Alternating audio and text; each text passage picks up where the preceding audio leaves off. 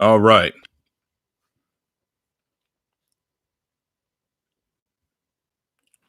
For those who are out there, both on Blog Talk as well as YouTube, I want to make sure you all can hear me and see me nice and clearly before we get into it.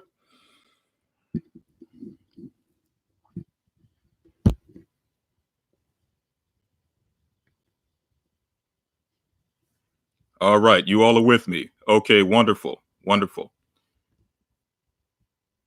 All right. I pray you brothers and sisters are with me live and direct on Blog Talk as well.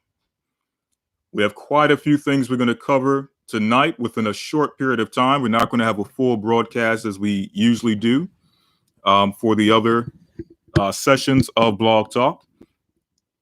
Of course, along with tonight's discussion, we have a few things we're going to announce concerning not only the Academy, but as well as some other things that have been taking place over the past week or so with the church. So those announcements will be made after we delve into this topic. And for those who are both on YouTube as well as Blog Talk, you may have seen we see here, someone says it's kind of choppy. All right, let me make sure it's fine before we get into it.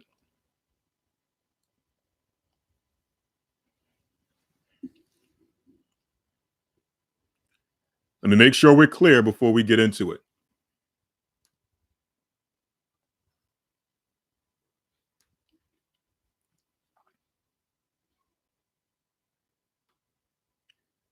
Okay, some other people are saying that it's clear. So if it's choppy on your end, it may be your connection. Hopefully, it's coming through nice and clear for everyone. So without further ado, let's get into tonight's discussion.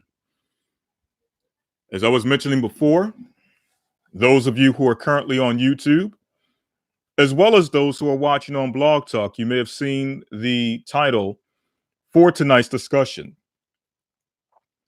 And the topic of discussion is,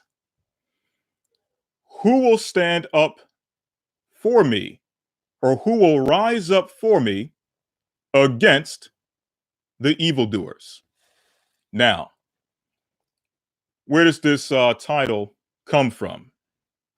What is the inspiration behind such a title? Well, of course, as the Bible tells us, with everything we do, let us do it in glory unto the Most High God. Just paraphrasing, of course. But I state that because tonight's discussion, like all of the discussions that we have on this forum, is inspired directly from the Bible. Now, to get the scriptural inspiration or the understanding as to where this inspiration came from, we're going to open up our Bibles. And of course, for those of you who are new, those of you who may have not followed us in the past or may happen upon this in the future, or may be tuning in live for the first time to our broadcast. For those of you out there listening, the Bible that I will be using and that I'm about to use, of course, is the King James Version Bible. Okay? And I mention this because you have many brothers and sisters from different walks of life, different backgrounds, different sects of Christianity, as well as other religions, and they may wonder, which Bible do we use and should we use? And again, the Bible that I specifically and that we use specifically in all of our teachings is the King James Version Bible. Now, I'm going to go into the King James Version Bible and I'm going to open up to the book of Psalms. We know that the Psalms were written by the great and mighty King David, the king of Israel, from the tribe of Judah, as we are told. And as we go into this book of Psalms, we're going to go to the book of Psalms, chapter 94, verse 16. It tells us the following: Who will rise up for me against the evildoers? Or who will stand up for me against the workers of iniquity? Again, Psalms 94:16 tells us the following: Who will rise up for me against the evildoers? Or who will stand up for me against the workers of iniquity? Now, why are we having this particular discussion at this time? Well, that leads us to the content as well as the context of tonight's show. Who will rise up for me against the evildoers? The world is in an all out assault against all that which is good. As we discussed in last week's broadcast, we went into the normalization of pedophilia and how pedophilia, the spirit of pedophilia, has silently destroyed the minority community. Now, when I say the minority community, I'm speaking predominantly of the so-called Blacks, so-called Native American Indians of North, Central, and South America, so-called Puerto Ricans, so-called Haitians, Jamaicans, so on and so forth. Okay? This particular spirit of pedophilia has silently destroyed our communities. We discussed that last week.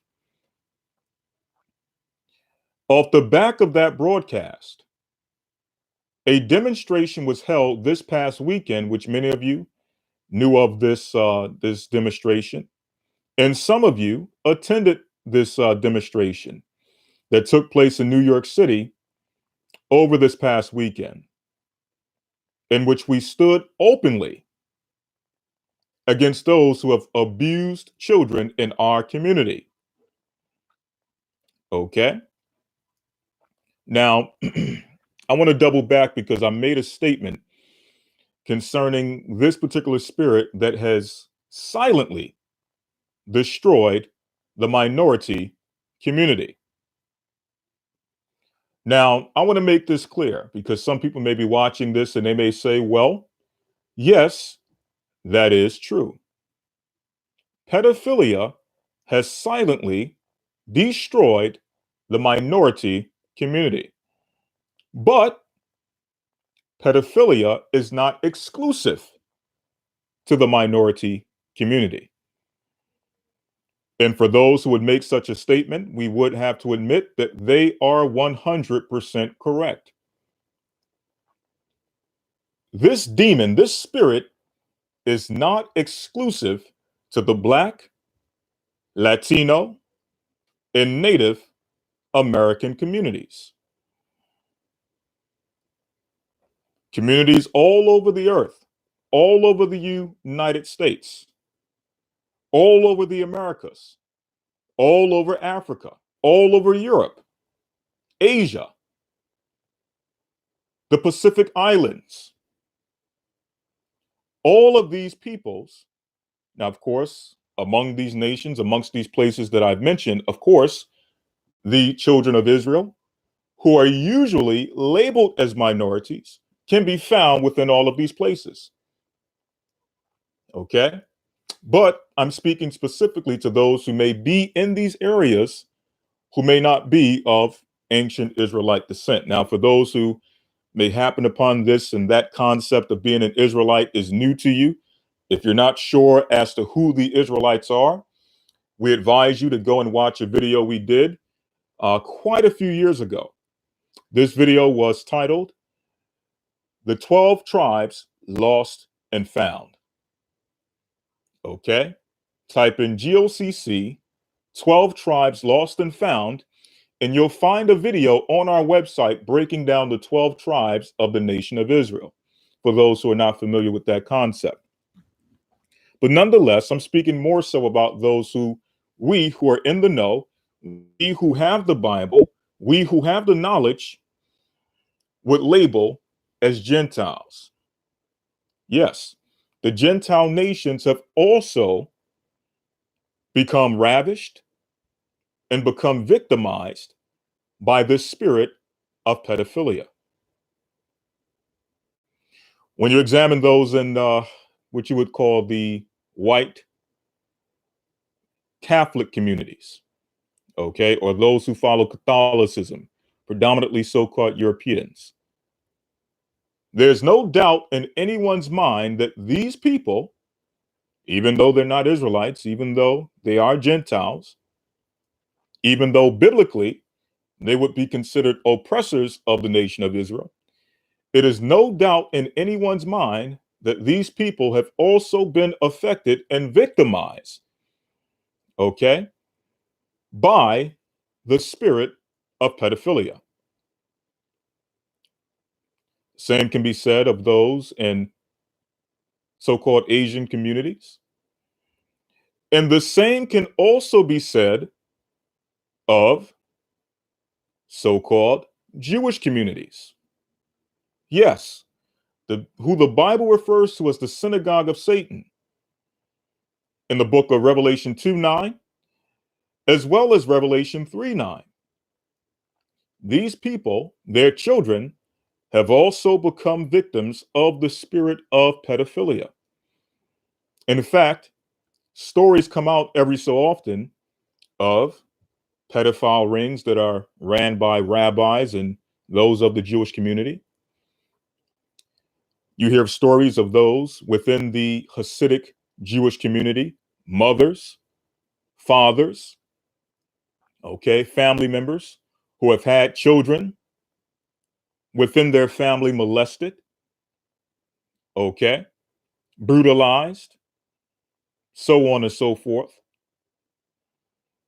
And because the community, the Jewish community, especially the Hasidic community, because it's so closed off, they really have no power to bring forth justice within the community. Okay. So, for example, a few years ago, there was an article, a story that came out on Russia Today. And within this story, they were discussing, I believe a mother was discussing how her son was a victim of pedophilia within the Jewish community. This was a Jewish woman. Okay. And she stated that she cannot do anything to now bring justice for her son and to bring justice or face the accusers because, again, the community is so shut off. The police are not allowed in to do any level of investigation.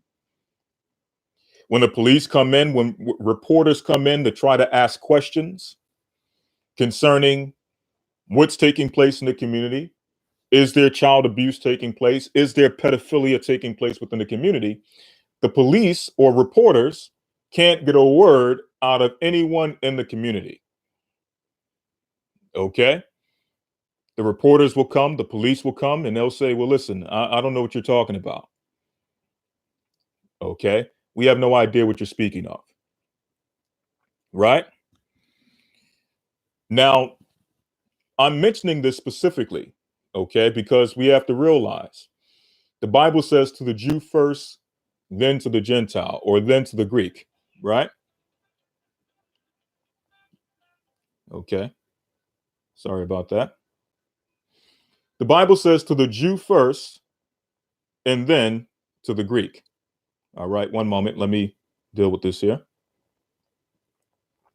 Very important call that I have to respond to here. Just one moment.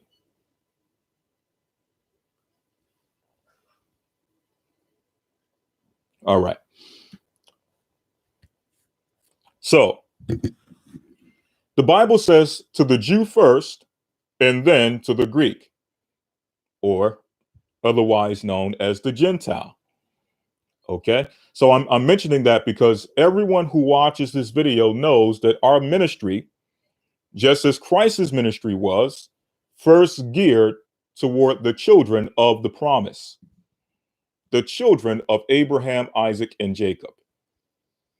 Okay. So, of course, when we discuss and we discourse on certain topics, we're going to touch on topics that specifically deal with these people. Okay. One moment. One moment, brothers and sisters. I apologize.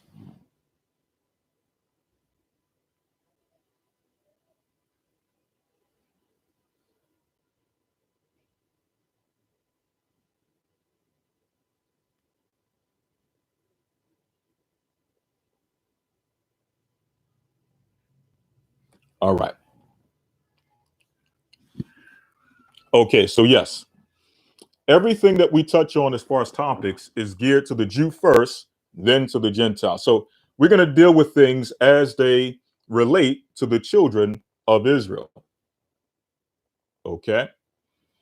But we also would like to, touch on things also as they affect the world as a whole, because Satan in this program is not discriminating against its victims.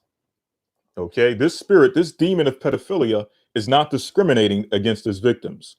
But again, getting back to the original point, the reason I'm mentioning this going into the Jewish community is because the same exact spirit of silence, the conspiracy of silence when it comes to pedophilia, not only exists in our communities, it exists in these other communities also, to show you that it's the same exact demon and the same exact spirit from one community to the next. Okay. We're tight lipped in the Black and Latino communities concerning this particular demon, this spirit. The white Catholic communities, okay, they're silent as far as this conspiracy within their communities. And yes, the Jewish communities, they're also silent about this demon within their communities. Okay. Now, there's just a few things I wanted to read on this that we didn't get an opportunity to touch on last week. We're not going to harp on this too much because, of course, we know we're dealing with the most evil time of year, which those who are in the world will tell you is the most wonderful time of the year. But we're going to touch on that in a few moments. Okay. There's a few things I wanted to deal with from last week's discussion that we didn't have an opportunity to get to because there was so much powerful, so much touching information that came out that we really had to reserve a lot that we had prepared. Okay, just a few things that I wanted to deal with as far as this normalization of the spirit of pedophilia.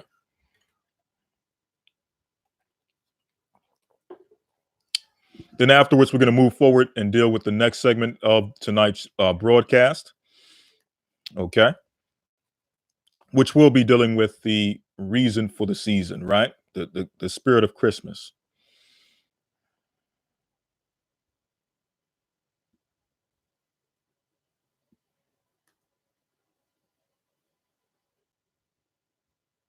All right. Right here before me, I'm pulling up an article. And the title of this article goes as follows: Did a TEDx speaker say pedophilia is an unchangeable sexual orientation? Again, did a TEDx, many of you may be familiar with TEDx, they have a channel on YouTube. They also have their own channel in which people come up and they speak on different topics before a crowd of people, right?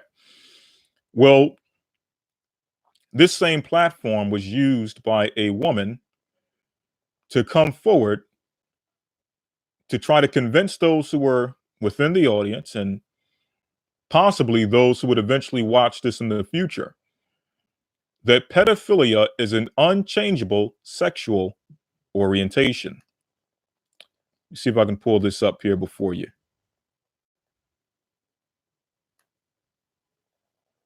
I'm going to read a little bit of this. You can always read this on your own time. Okay. Again, this is just giving us more information as to what's coming down the pipe as far as this particular spirit and how it's being imposed especially upon those who are seeking to follow the Most High in righteousness, who are seeking the Most High in spirit and in truth, and in all things, in every way possible, is now seeking to protect their children. Okay, we're trying to protect our children from the environment, from the vaccines, from the lies they're being taught in school. All these things we're trying to protect our children from. And no sooner as we get into a position where we're able to protect them from one thing, another thing comes down the pipe, in which we now have to sit back, we have to think and strategize on how we're able to protect our children and our families from this new thing. Or it's not necessarily new, it's just now becoming more open and more accepted, and it's being shoved down our throats.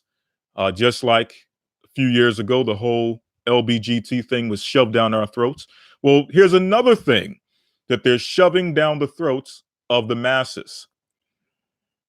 In the same way, initially, if you remember, when the LBGT thing came on the scene, not a few years ago, I'm talking about initially when they started pushing these things on the scene, remember, it was met with opposition. It was seen as fringe, strange.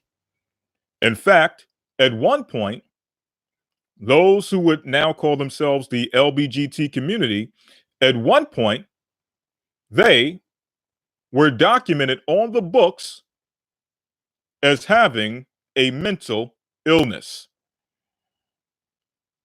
Okay? This is how fringe or how strange this spirit was once seen, or was once labeled, even within the Americas. Now, of course, behind closed doors, we know a lot of these people, these paper pushers, these people who passed the law, so on and so forth. A lot of these people were dealing with this activity behind the scenes. Okay, Bohemian Grove, Skull and Bones, so on and so forth. But at least within the masses and in the forefront, they at least try to put some level of label upon this spirit, showing it as a mental illness. All right. But through time, through media, through Hollywood, okay, casting that witch's wand upon the masses, giving people different images of people who are those who are of the quote unquote LBGT community, who were brutalized, who were bullied, who committed suicide, and so on and so forth, because everyone around them just didn't accept them. Their families turned their backs on them when they found out that they were, you know, dealing within this spirit, so on and so forth. All these different things they put out there to eventually get sympathy from the masses. Well, brothers and sisters, the same exact process is taking place with pedophiles. Where now, initially, as they try to introduce it here and there, it's being met with a little bit of opposition. It's being seen as strange, fringe. Those who deal with it are being seen as one who has a mental illness or a sickness. But slowly but surely, brothers and sisters, just as it was with homosexuality and lesbianism, slowly but surely, you're going to notice that the perception and the view of pedophilia will change. Okay? And you have organizations in the Americas, within North America, such as NAMBLA. Okay, I think it's called it stands for the North American Man and Boy Love Association, which is an association that's been around for ages, advocating for pedophiles. Okay, so you're going to notice as the years draw by, as men become more and more perverse, as men separate more and more from the guidance and the correction and the commandments of God, you're going to notice that they're going to delve deeper and deeper into deviancy, accepting every form of lust, every form of impure activity, homosexuality, lesbianism, pedophilia, bestiality, okay, sexual relations, or cohabiting with robots and all these different things that they're pushing. Okay, you're going to see this more and more as men sink deeper and deeper into this state of perdition and separation from the love of the Most High God. But getting to the point here, this is an article titled, "Did a TEDx Speaker Say Pedophilia is an Unchangeable Sexual Orientation?" And they have it here. It's true. I guess this this is from Snopes.com, and I guess they're verifying that this is a true article. And I think this is off the back. Nowadays fake news, this concept of fake news has become mainstream. So I guess they verified the fact that this is a true article, which is off the back of a true event that took place. And if you want to, you can actually look this up on YouTube and see the live TED Talk yourself. Okay?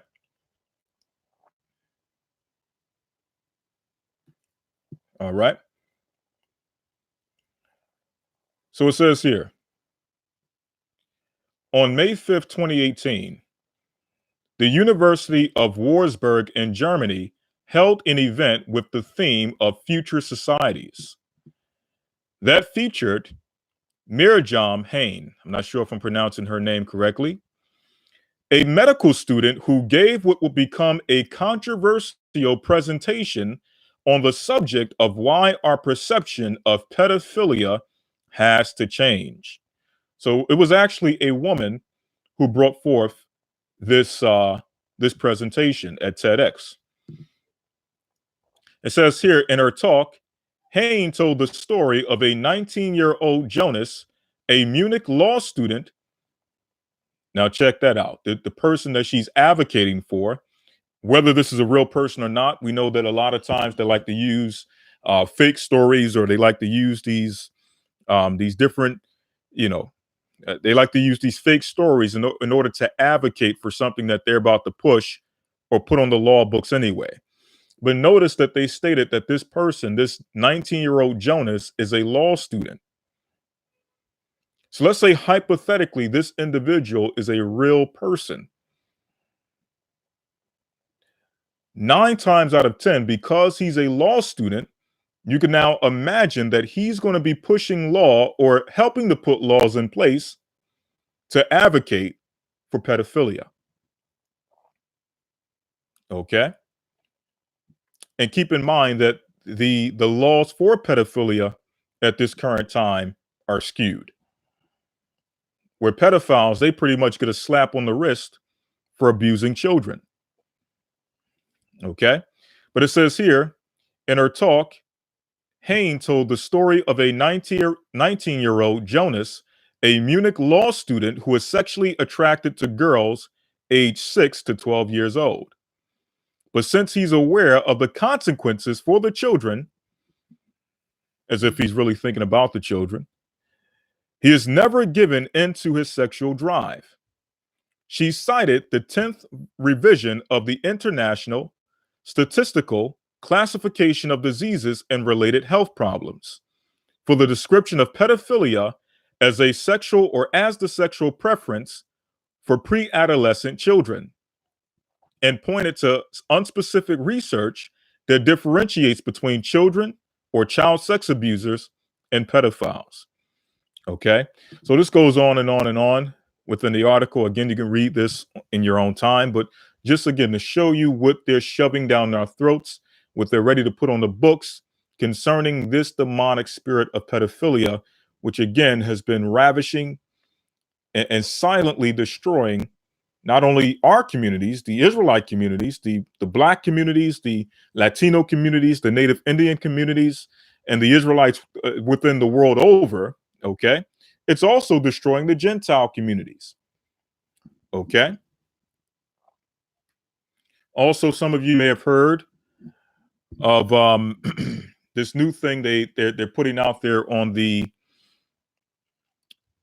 this new thing they're putting out there, which is called, let me get the name of it here, Comprehensive Sexuality Education.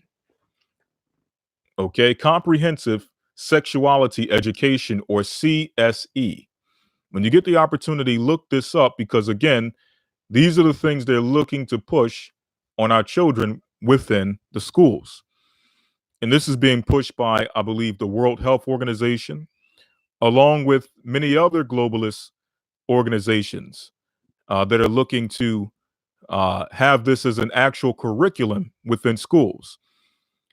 And when I say within school, I'm not talking about high school or amongst those who at least should have the mind to be able to make, proper decisions on their own to some degree. Okay.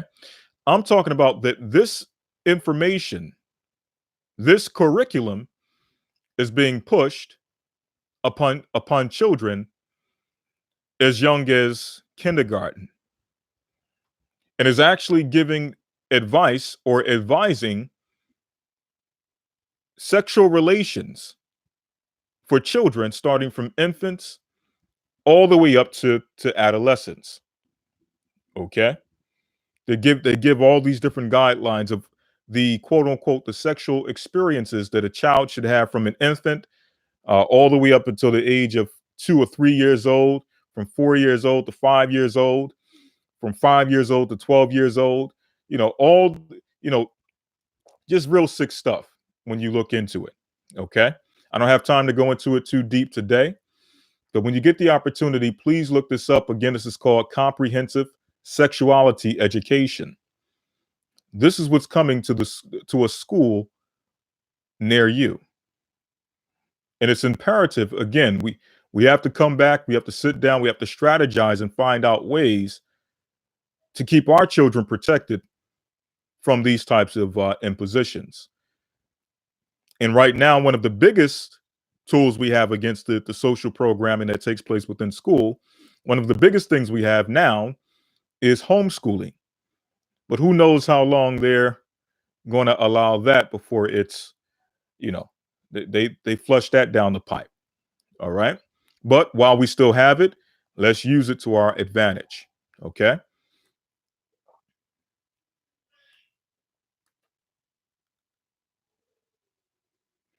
All right. Moving on to the next phase of our show, which is dealing with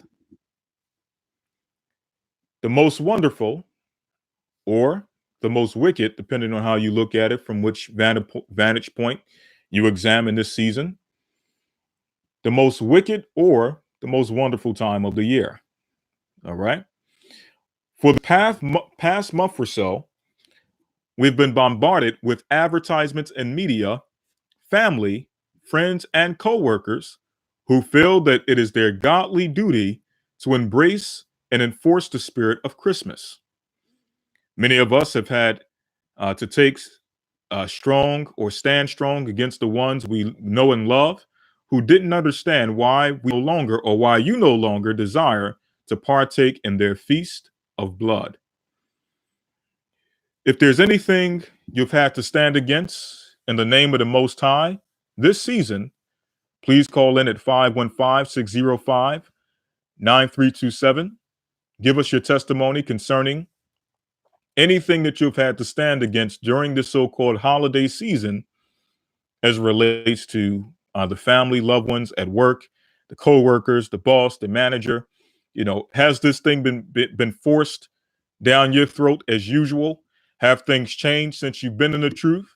Many of us have been in the truth for maybe about 4 or 5, maybe 6, 7 years. So maybe by now you're a little bit more free to flex and maneuver based on the fact that people probably got the message and got the memo by now that you don't celebrate the holidays of this world.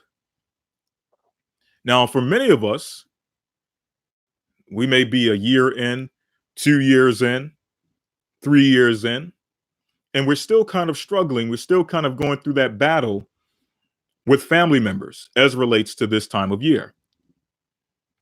Some of us may just be a few months in. Okay. And this may have been the first time or the first so called holiday season that you have had to stand against. If that's the case, again, call us at 515-605-9327 and just give us your testimony. Let us know how you were able to stand this holiday season against the workers of iniquity, no matter who that may be. Let us know some of the responses you got. Let us know, what some of the threats were and, all the things that our people go through around this time of season. All right.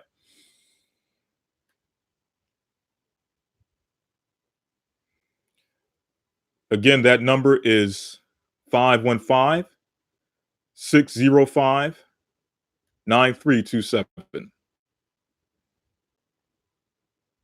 Let me paste it in the chat for you all.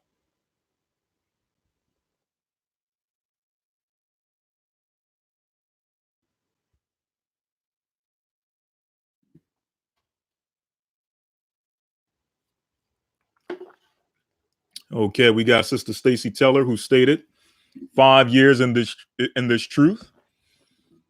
Everything is easier now. My family knows I don't partake in these pagan holidays, and all praises and glory be to the Most High for that.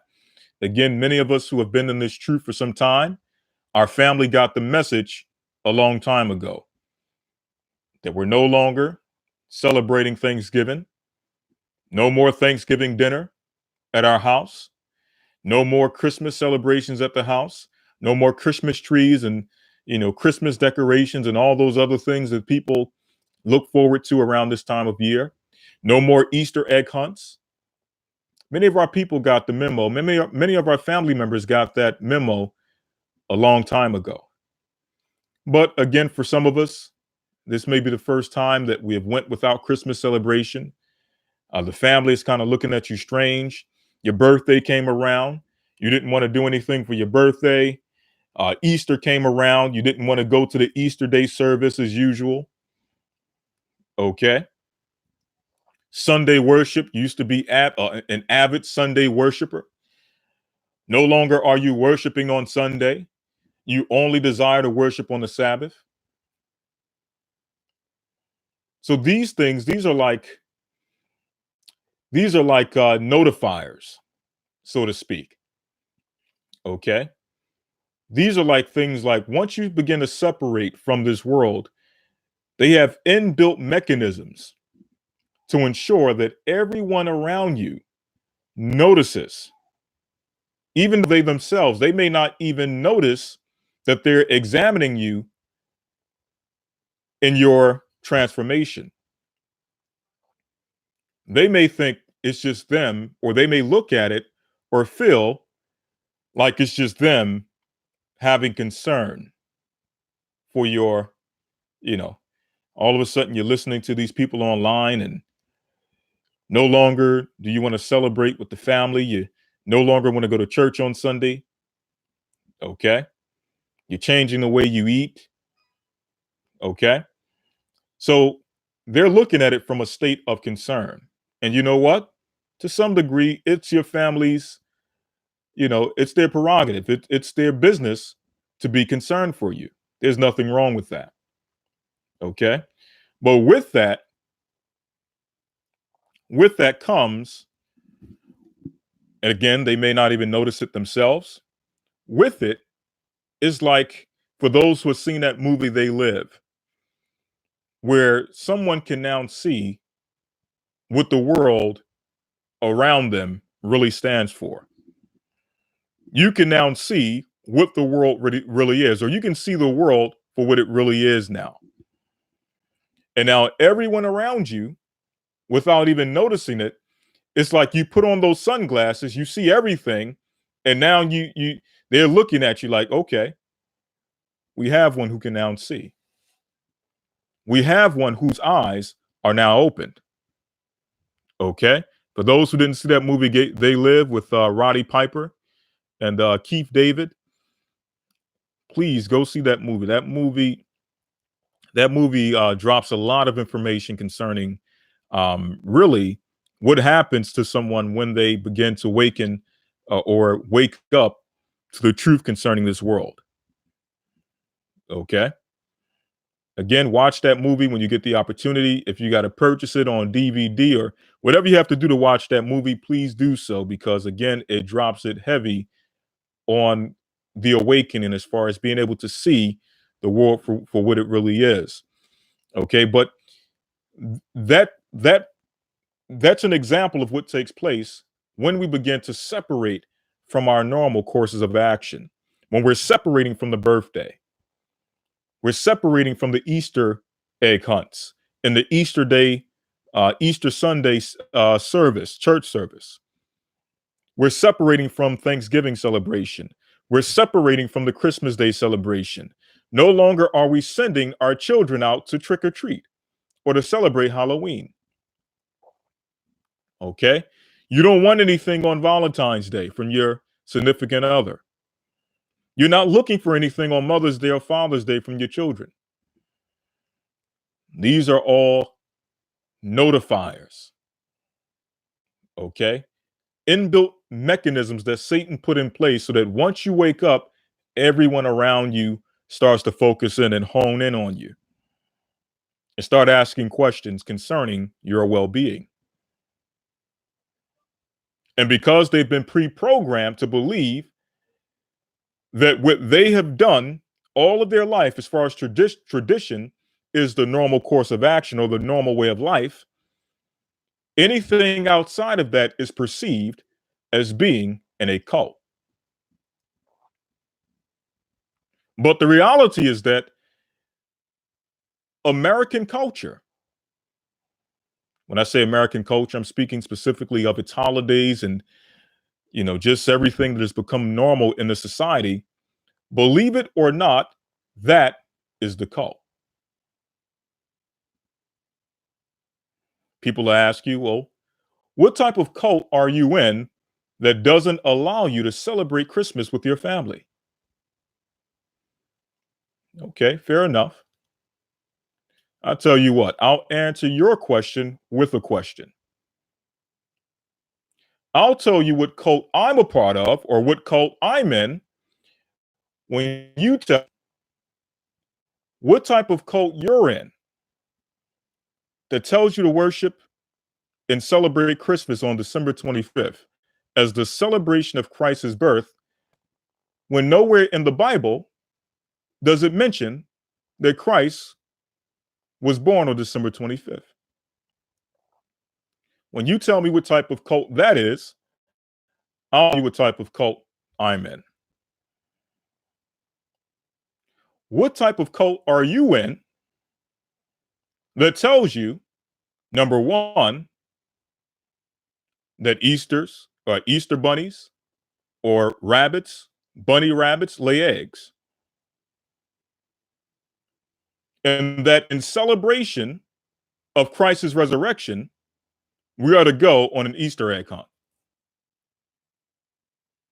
When you tell me what type of cult that is, I'll tell you what I believe in can be verified according to the Bible, whether you realize it, like it, or not.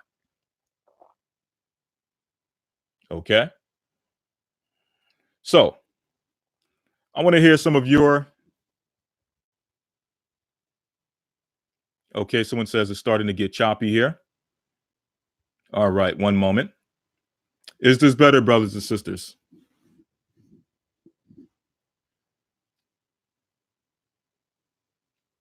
Is this better? Okay, wonderful. Wonderful. All right, I want to hear some of the testimonies of the brothers and sisters who have had to endure this holiday season. Many of you are still enduring. Of course, we're a day after December 25th, so we're starting the process of people waking out of the sleep. People are snapping out of their trance. Okay, slowly but surely. Of course, that you know, back in ancient Rome, they had 12 days of Saturnalia.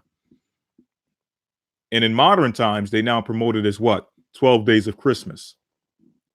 So there's still a lot of time, there's still a little bit of the hangover of the Christmas spirit, but nonetheless, slowly but surely as we creep towards New Year's, and once that ball drops, people will be fully awakened from their trance.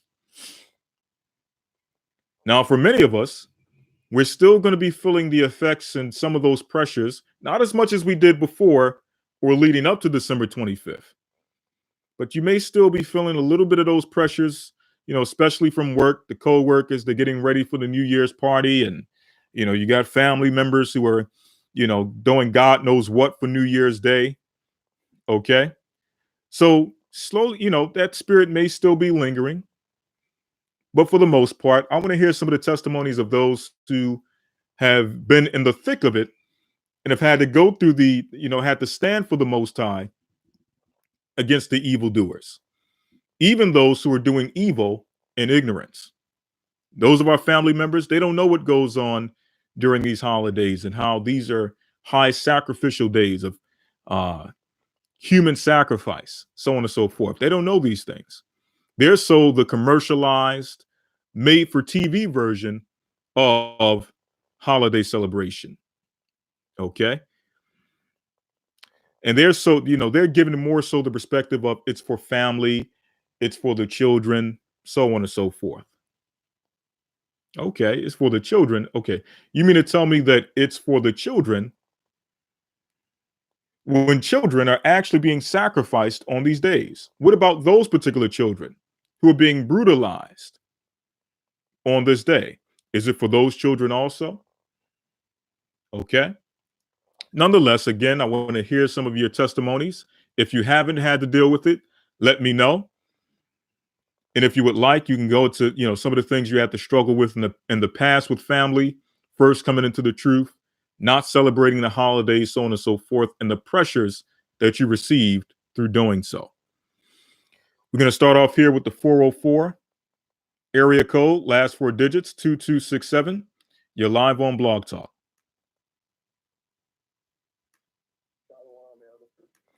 Shalom, brother. How you doing?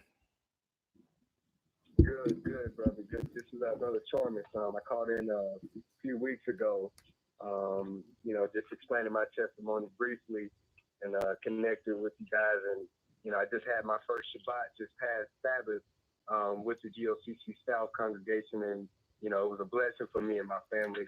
As we, we're new believers, starch believers, babes, but we are, on the path and we understand and we have heard the Most High's voice, and we are hearkening to His word as we come back to Him. But just listening to this one, this is right on point, Elder. During this holiday, season, me and my family was definitely looking at me all sideways, like, man, what does he got going on? He don't eat pork no more. He said he ain't celebrating the holidays no more. He must be in a cult, and they looking at me like, what is it that you're doing? And I'm like, hey, just come read it. Come read it with me. And now everybody's like, nah, I don't want to read it. I don't want to hear nothing about what you're talking about. And then just yesterday, my grandmother called me, because I got my instructions to be hunkered down. Me and my family, we did not go anywhere. We stayed at home. I was able to catch my lesson with the Hebrew and Bible Academy, but I was not able to catch it on Sunday. So we were able to break open that lesson yesterday instead of, gathering with my family like we would normally do. And my grandmother called me to basically kind of tease me and to basically wish me a Merry Christmas. And I immediately hung the phone up on her.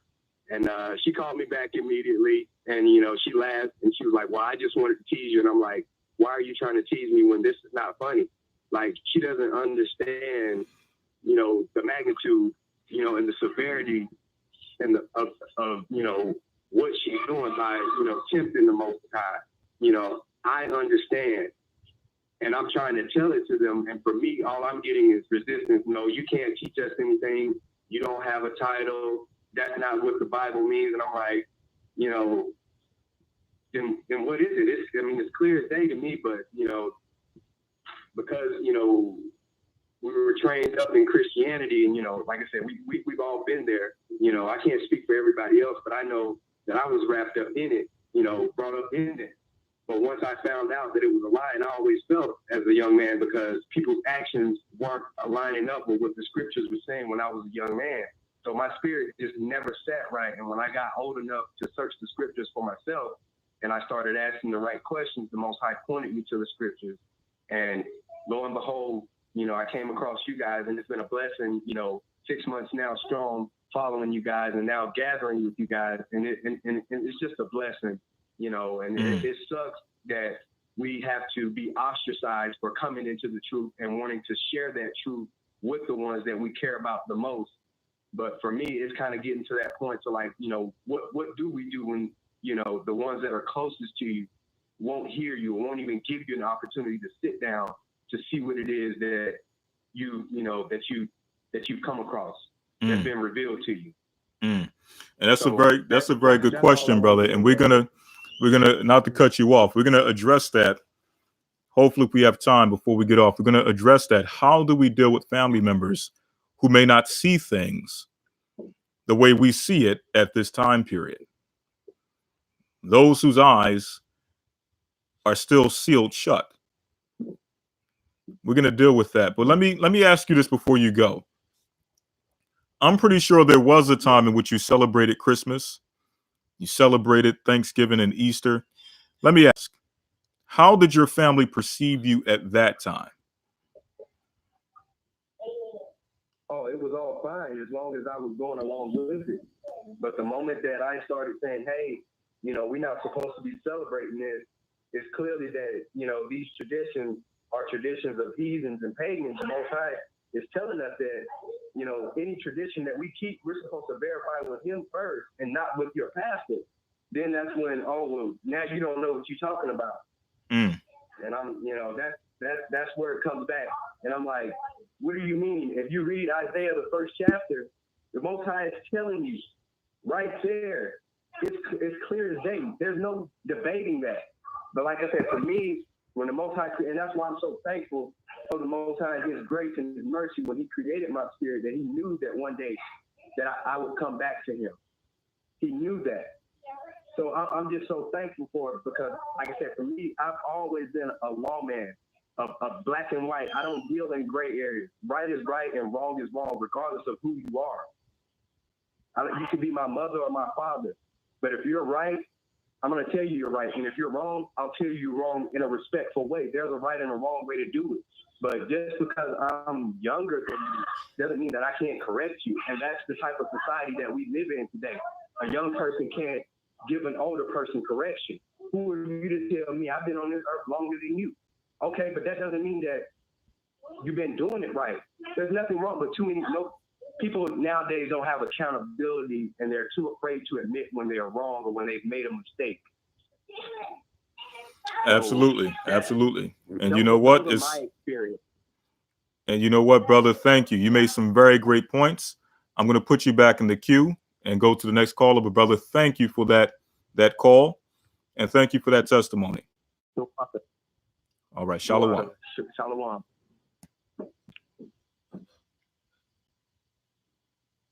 All right, let me see who we have here. We have, let's see, we have Sister Cora from New York. Sister Cora, you're live on Blog Talk. Shalom, Elder. How are you? I'm blessed by the best, my sister. How about yourself? I'm blessed, and I'm blessed because, you know, since I've been in the truth since 2013. That first year, my family was busy cooking and doing Christmas dinner and everything, but I hooked up with some Hebrews that I met on Facebook. I've never met them face to face, but we became friends because they were in the truth. And we did a fast on Facebook the 25th and the 26th. So I enjoyed the fast that first year while everybody was aromas of the turkey was cooking and everything. And I've been telling my family over the years. Now, Sister Cora, before you continue, is it possible, Sister Cora, before you continue, is it possible you can speak up a little bit? You sound a little bit muffled.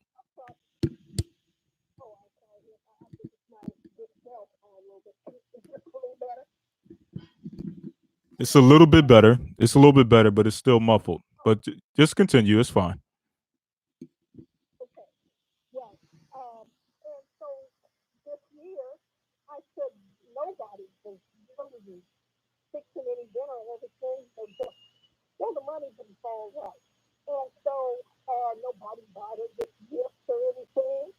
And I tell you, it's just been such a peaceful, relaxed uh, day and day after not doing this hairy Christmas shopping and trying to get everything done by the 25th. That used to be my favorite holiday.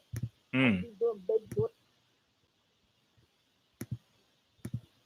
and everything, and I would be worn to a frazzle by the evening of the 25th. It was just like, today, the 26th, I am well relaxed. Well, sister, all praises to the Most High. It's like the Most High and gave you rest after all this time running around and trying to get things together for these holidays, and trying to make sure it, and not to mention all the financial trouble our people go through dealing with these so-called holidays. All this trouble you go through to try to make sure you got everything right for the family, all the gifts and all the big time meal and the supper, so on and so forth. And you look around, after everything is all said and done, and you find yourself in a wad of debt. Okay, I mean it's ridiculous. Say that one more time, sister.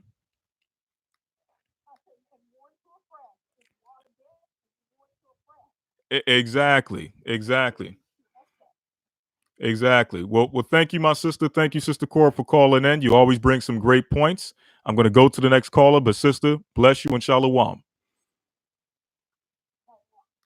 All right. Let me try to work this out here. Some of the brothers and sisters who are listening is saying that the sound is low for the callers. Let me try to adjust this here a little bit. Just one moment, brothers and sisters.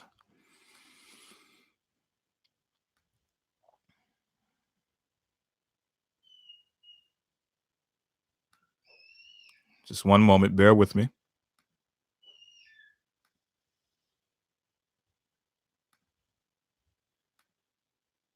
All right. Hopefully this is better.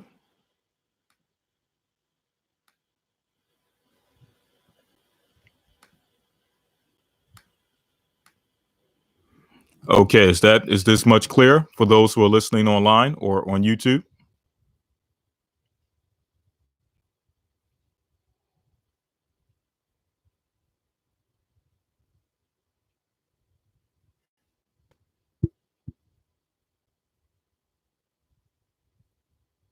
Okay, good, good, good. There's one thing I wanted to read before I go to the next caller. Okay. In fact, I'm going to hold this off. Let me go through a few more callers before I go into that. Okay. Hopefully, after this, I turned up the microphone. Hopefully, you can hear the callers a bit better as they call in.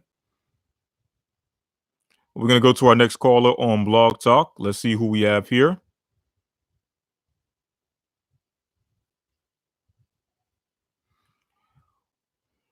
We have Brother Danny in St. Louis. Brother Danny, you're live on Blog Talk. Shalom, my brother. How you doing? I'm doing fantastic. Blessed by the best. All right, I hear that, my brother. So tell me, brother, have you had to stand up against any evil during this period of time, during this so-called holiday season? Yes, sir, I have. I have been promoted to a supervisor. I fasted on the day of our Christmas party. And just because, my agents, they were, oh, you can eat with us and this and that and third. No, I explained to them. And you always going to have confrontational Israelites, as always. So I kind of broke the rules. I cracked open Jeremiah 10 and even sung the song a little bit so that way they can understand.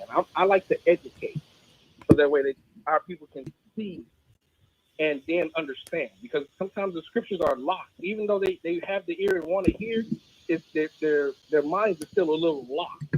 Right. So you can sing the song Right. You sing the song "Silver and Gold." Then you start, okay, I understand the scriptures now. So not only have I had to deal with this for Christmas, I had to do the same thing for Thanksgiving. I brought my apocrypha in and cracked it open. Let them know we have holy days and explain to them. Christmas is one day. Pharrell is two. So when you deal with the Most High, you see how you get more. He's more predictable. And they start, people are actually coming to the body now. So I try to sow the seed and, pray to the Most High that every day we still continue to wake up because, we can't do it all by ourselves. And, it's good people that come out of the Christian church. I wasn't one of them. I left a long time ago. Right. So, being overseas, being ex-military, I left the spirit a long time ago. It never felt right. So, I'm educating my mother, my cousins, my great aunt, all of them. I've had people, go off on me and everything like that. So, with that being the case, the first brother that you took on the call, if he's still listening, try to educate. I had to learn that we have to be just as patient as the Most High has been with us. So. Absolutely. And brother, thank you, brother. Thank you for your call. Wonderful points. And that's a key thing we're also going to touch on as far as how to deal with our family members and those around us who are not in the truth. But brother Danny, again, thank you for your call. Some great points. I'm going to put you back in the queue, okay? Before you do that, let Elder Ricardo know I heard him about a month and a half ago. I'm going to start trying to get back in and be number one on the call. I ain't disappeared. Absolutely. I'll let him know, my brother. Shalom. All right. All right. And yes, the brother made some very great points as far as educating our family members, our loved ones, and those who are close to us. Many times, and that's not to say that that's the case for everyone, or even for Brother Sharmas, who called in earlier, that he took a confrontational approach. But many times when we get knowledge and understanding, we receive it in a manner which is sometimes we may receive it in a street speaking, which in the street speaking, sometimes the message can be delivered in a form of debate or a form of what seems as confrontation. So sometimes we may take that approach back home when that approach may not be the best approach when you're dealing one-on-one or when you're dealing in a conversation with family members. Okay? There's one type of spirit you have to have on those streets just based on the nature of dealing out on the street, dealing in those speakings. And then there's another type of spirit and another type of wisdom that can be exercised when you're dealing with people on a one-on-one basis, or if you're just dealing with family in a family setting. There's a way you can educate and have a conversation in a manner which is more so teaching in love and in respect of who you're speaking to, opposed to, you know, knocking them over the head with knowledge and knocking them over the head of what they're not doing or what they should be doing. There's more skillful ways. And one of the most skillful ways, believe it or not, because that initial conversation or that initial discussion that you have with family members, 9 times out of 10, they're going to reject what you're saying. But you know what's more powerful than what you say to them or how you try to convert them or how you try to bring the word? The most powerful thing will be the example that you leave behind. Think about it for those who have been in the truth 5, 6, 7 years. A year into the truth, you were probably still battling and dealing with a lot of these issues. 2 years in the truth, you were dealing with these issues. Okay, 3 years in the truth, you're kind of still dealing with it, but people are kind of catching on. They're kind of just accepting the fact that, you know what, this has been your walk. This is what you're dealing with. You've been dealing with it for the past 3 years. So I don't really see a change now. I'm going to kind of leave you alone a little bit. Okay. Year 4, you start getting less and less pushback. Year 5, year 6, Now you're kind of at the point where people just accept it for what it is. People are now starting to more so just examine how the changes that you've made in your life. No longer are they dealing with um, the initial excitement or the initial response of you not wanting to deal with family functions and dealing with Christmas and all those different things. That's kind of wearing off. And now they're more so just trying to focus on and look at, okay, what is this person actually saying? What are they actually about? They've been on this route for the past 6 or 7 years. They've changed their diet. They have changed their way of life. They've changed the way they've dressed in the past. They've changed the way that they speak. Everything about this person is slowly but surely changing. Let me look a little bit more deeper into what they're actually saying. And then you'll notice something. The person who did not want to hear anything you had to say will now begin to come to you and do what? Ask questions. So what was that thing you was telling me about 4 or 5 years ago about this Christmas thing? Or what was that thing you were telling me about in the Bible about the dietary law? What was it you were saying about this here prophecy, this thing that's coming to pass, and this war and this conflict that's taking place here in this city or this country, so on and so forth? They'll start coming to you and asking you questions. What was this thing you were telling me about the Sabbath, the seventh day? Oh, okay, show me that in the Bible. Okay, that's interesting. Okay, but that happens through time and living and leading by example. Okay. Nonetheless, just a few words of wisdom. Okay.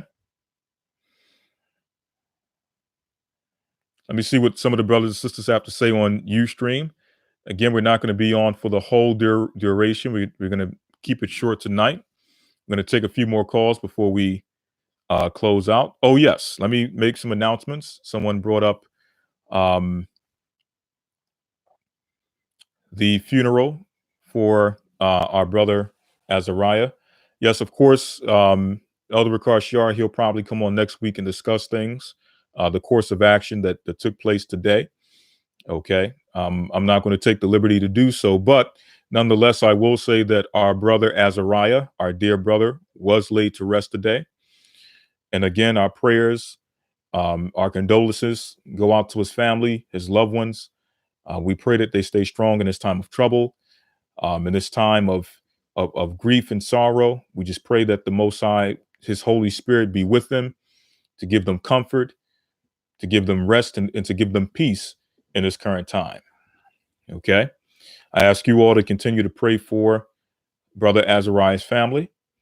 And also, I would like to ask that you brothers and sisters pray for all those who are struggling and currently fighting these sicknesses that have been imposed on them through this satanic system and the medicine and this wicked healthcare system that they have with these vaccines, just pushing all these different things on our people.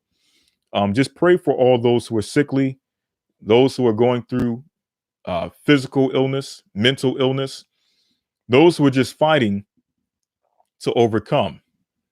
Okay, that's another thing we have to stand against in this this system, or stand up against the workers of iniquity in this current system.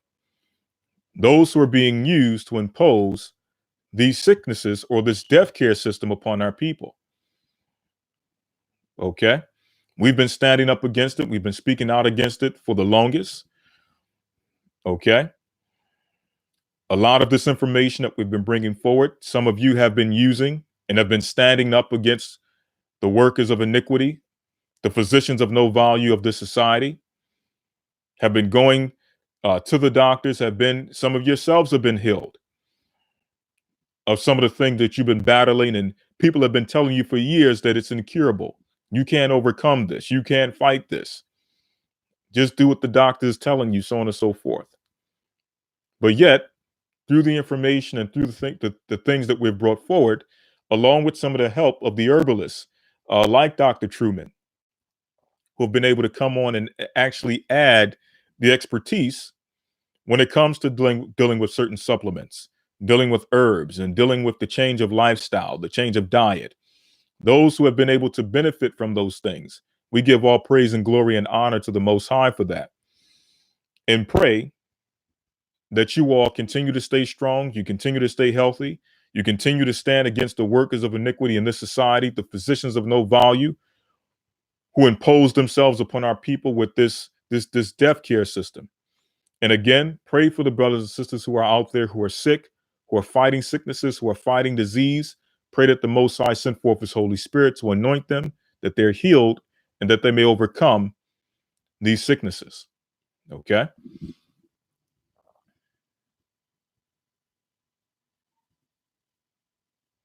All right. Let me see what some of you all have to say out here on Ustream. In fact, before I do so, let me make some announcements. First and foremost, when it comes to the Hebrew and Bible Academy, we had our first week in which we broke down the creation of the universe as our main biblical/historical lesson. We went in depth like we've never done before, touching on some of the mysteries of creation, dispelling a lot of the lies that have been put out there by the so-called scientists and the teachers of this society, those who deal with the wisdom of this world. Okay. We also had the news segment with Brother Shapat, bringing forth wonderful news as always, keeping us informed, letting us know the importance. One of the main things that came out is the importance of us preparing and making sure that we're storing food and we're storing supplies and water just in case for a time of emergency. Okay.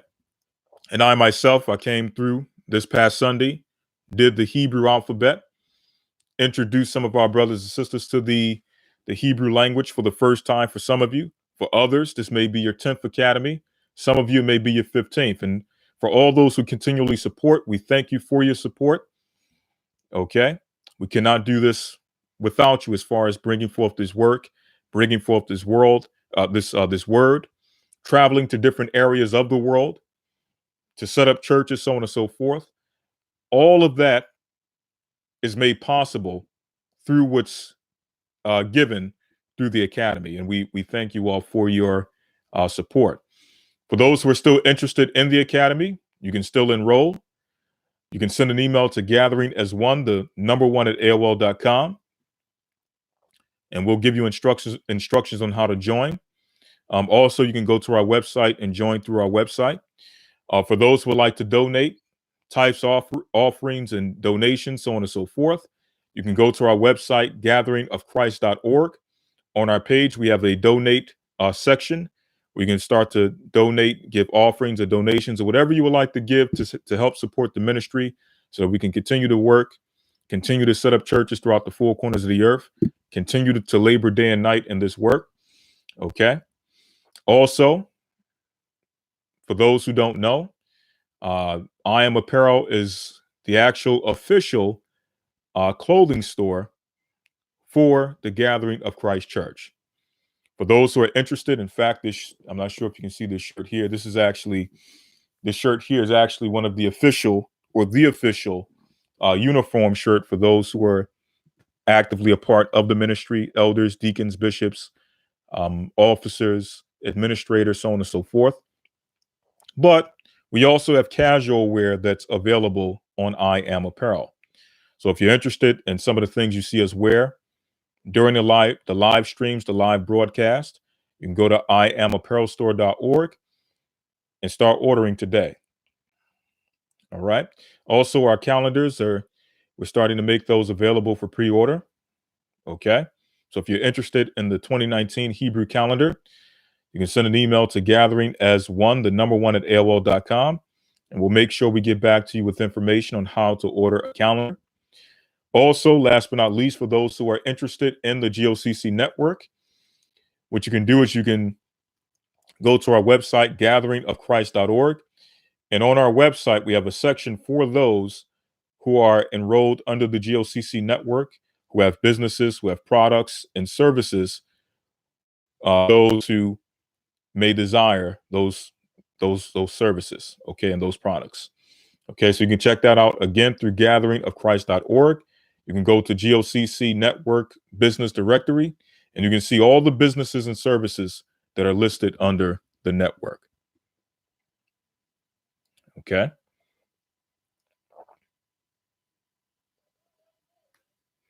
All right. Going back to Blog Talk, we have the 702 area code, last 4 digits, 6174. You're live on Blog Talk.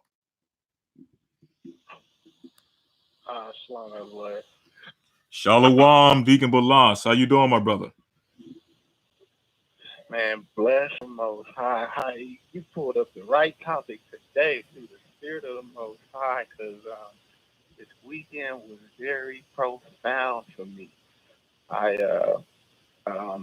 went back to my hometown, and this weekend was the holiday season, and I ended up visiting one of my cousins, and they had the abomination of desolation, the Christmas tree in their house. And it was I had been talking to them. I'm about 10 years, studying under the Gathering Christ Church, part of the Gathering Christ Church, according to the Spirit. Most High brought me right into the Gathering Christ Church. Right when I came into the Gathering Christ Church is when I went to go talk to them. And at that time, Elder Ricard was bringing heavy, according to the Spirit, this is Babylon, and Babylon will be destroyed. He was prophesying out on the streets. So if you can imagine you came in right off the street. So when you go to your family, it's like the energy you come with is that energy. Like, right. Yo, it's going down. You know what I'm saying? It's happening all before your sight. So that's how it was. And back then you want to be out on the street too at the same time, but at that time you didn't have the discernment to divide that this, like you said, it's different how you would speak on the street than how you would speak, to a family member in person, one-on-one, sitting and conversing, or in front of people. Exactly. Because some people had that conversation, and they might feel attacked when you really not attacking them, or you might feel attacked because you brand new, but they not really attacking you. It's just so much misconceptions that could happen, and it'll cause a family to divide. But Yeshua said it, that he came as a sword. The word is going to divide. So 90 but seconds. At the same time, we should not be the reason to divide. That's right. But at that time, I was the reason. I was the reason. It wasn't the Spirit, of the Most High. I was the reason that caused the division between me and my family. And that's me admitting that I had did things that I shouldn't have done. So with that being said, that's how the first impression was. 60 seconds. America going down, gas prices going to rise, famine is going to happen, this is going to happen. So they remember all of that. That's what they remember. They remember the energy that I had, not the information that I was imparting to them. Right. They just remember the energy, the way I had shared it with them. So that was 10 years ago. Was it yesterday? Yesterday, but the day before. No, it happened the day before. So that was December 24th, which is Christmas Eve, where, I actually went to their house. 10 I seconds. didn't intend on talking about the Christmas tree or talking about the truth. I just wanted to see my family. But I knew, I know how to see my family with respect, with honor, and, I know how to just be calm and cautious. And I had family from the church, my church family. I came with my church family, so they could also be a testimony too. Not that we was just going to testify. Again, I'm just going to sit and, and converse. Of course, the Bible gonna come up. I knew that, but that's not my intention. So we sat, we talked, and eventually here come the Bible. And the first time out of 10 years, I got to read a scripture to them. 10 years. As a lawyer, the impact that had on me, because I be informing people all the time. You might have came in as soon as you heard the word, but some people, it's gonna take 10 years. Right. And when I read that scripture, I actually I sat there and I was being very patient. I wanted to make sure he wanted to hear about that Christmas tree, because that's what they do remember me talking about, the Christmas tree. Mm-hmm. So they said, well, tell me about the Christmas tree again. I said, nah, I don't, I can't tell you. I'm gonna let God tell you. It's the Most High that's talking. Right, exactly. So I just read it to him. I read it to him, and I told him to break it down to me. I'm not gonna break it down to you. You break it down to me. And he broke it down and looked at his tree and said, man, right there is described that we're not supposed to be doing this. Right there is describing we're not supposed to be doing this. And I'm like, man, I told you that 10 years ago. You see what I'm saying? So, right. I mean, it's just the spirit. It's just the spirit that she's saying what she's saying tonight. It's true. I didn't go to any Christmas parties. The last Christmas party I went to before this one, I told everybody, listen, I'm leaving America. I'm not accepting no gifts, no presents. And but if you want to donate, I have a donate fund for me leaving. That's the last one I went to. But this one, I did. I believe I really sowed a righteous seed into my cousin, to where I talked to him today, and it's like he has a better understanding that the Bible. It's leading him to the Bible. I ain't gonna say he all the way in yet, but it's leading him, and that's all you want to do. You want to lead people so that they could make a conscious decision that it's the truth and not be force-fed. Exactly. No, not be force-fed. Exactly, and that's the key. So, that's the key. There's the old saying. You can bring a horse to the water, but you can't make him drink.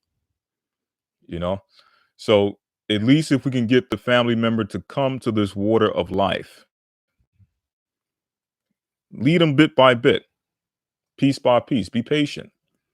And as you mentioned, 10 years before someone was willing to actually hear a scripture from the Bible concerning the topic of a Christmas tree. How many of us have that patience to be able to say, you know what? I'm going to leave this alone for 10 years. And hopefully the Most High bless a situation where we can revisit this. And once it's revisited, it's so poignant and so clear cut that now they start to see it for themselves. Now their eyes start to open. That's the power and beauty of the Most High that we can now exude and bring forward just through being patient.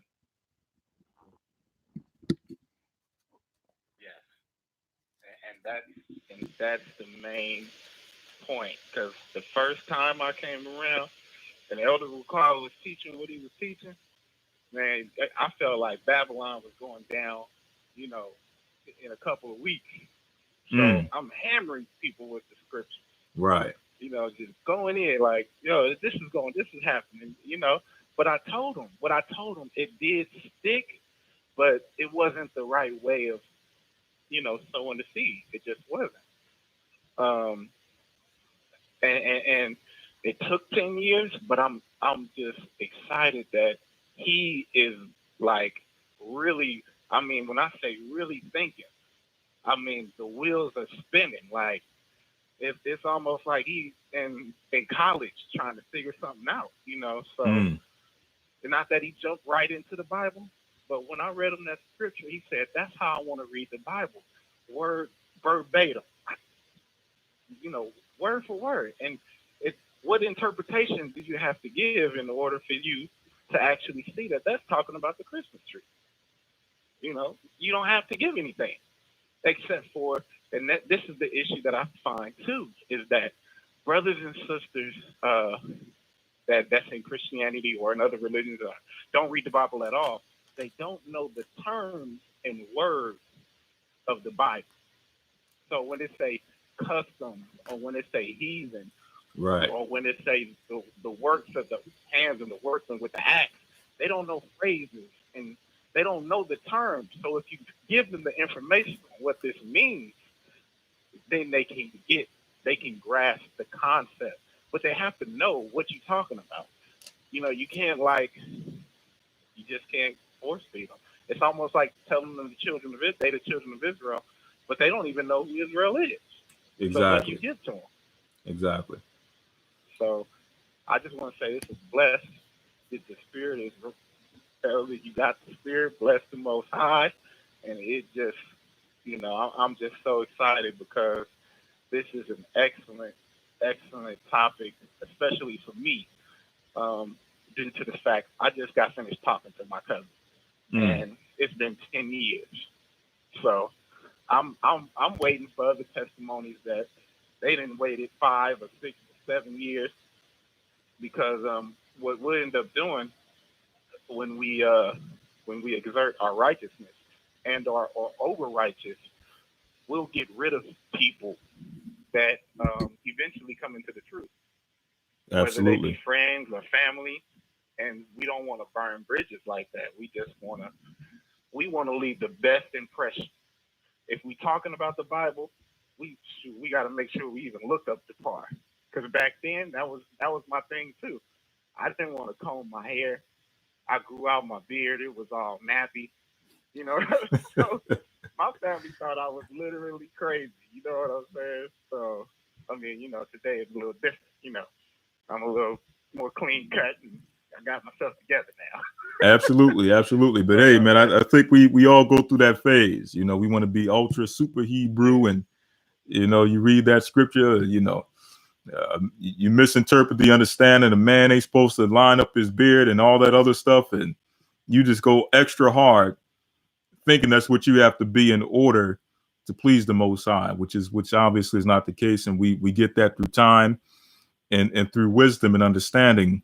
The Most High shows us a better way, especially through experience, that we can present ourselves in a better fashion in more ways than one, whether it be physical appearance, whether it be the way we break down the scriptures, the way we interact.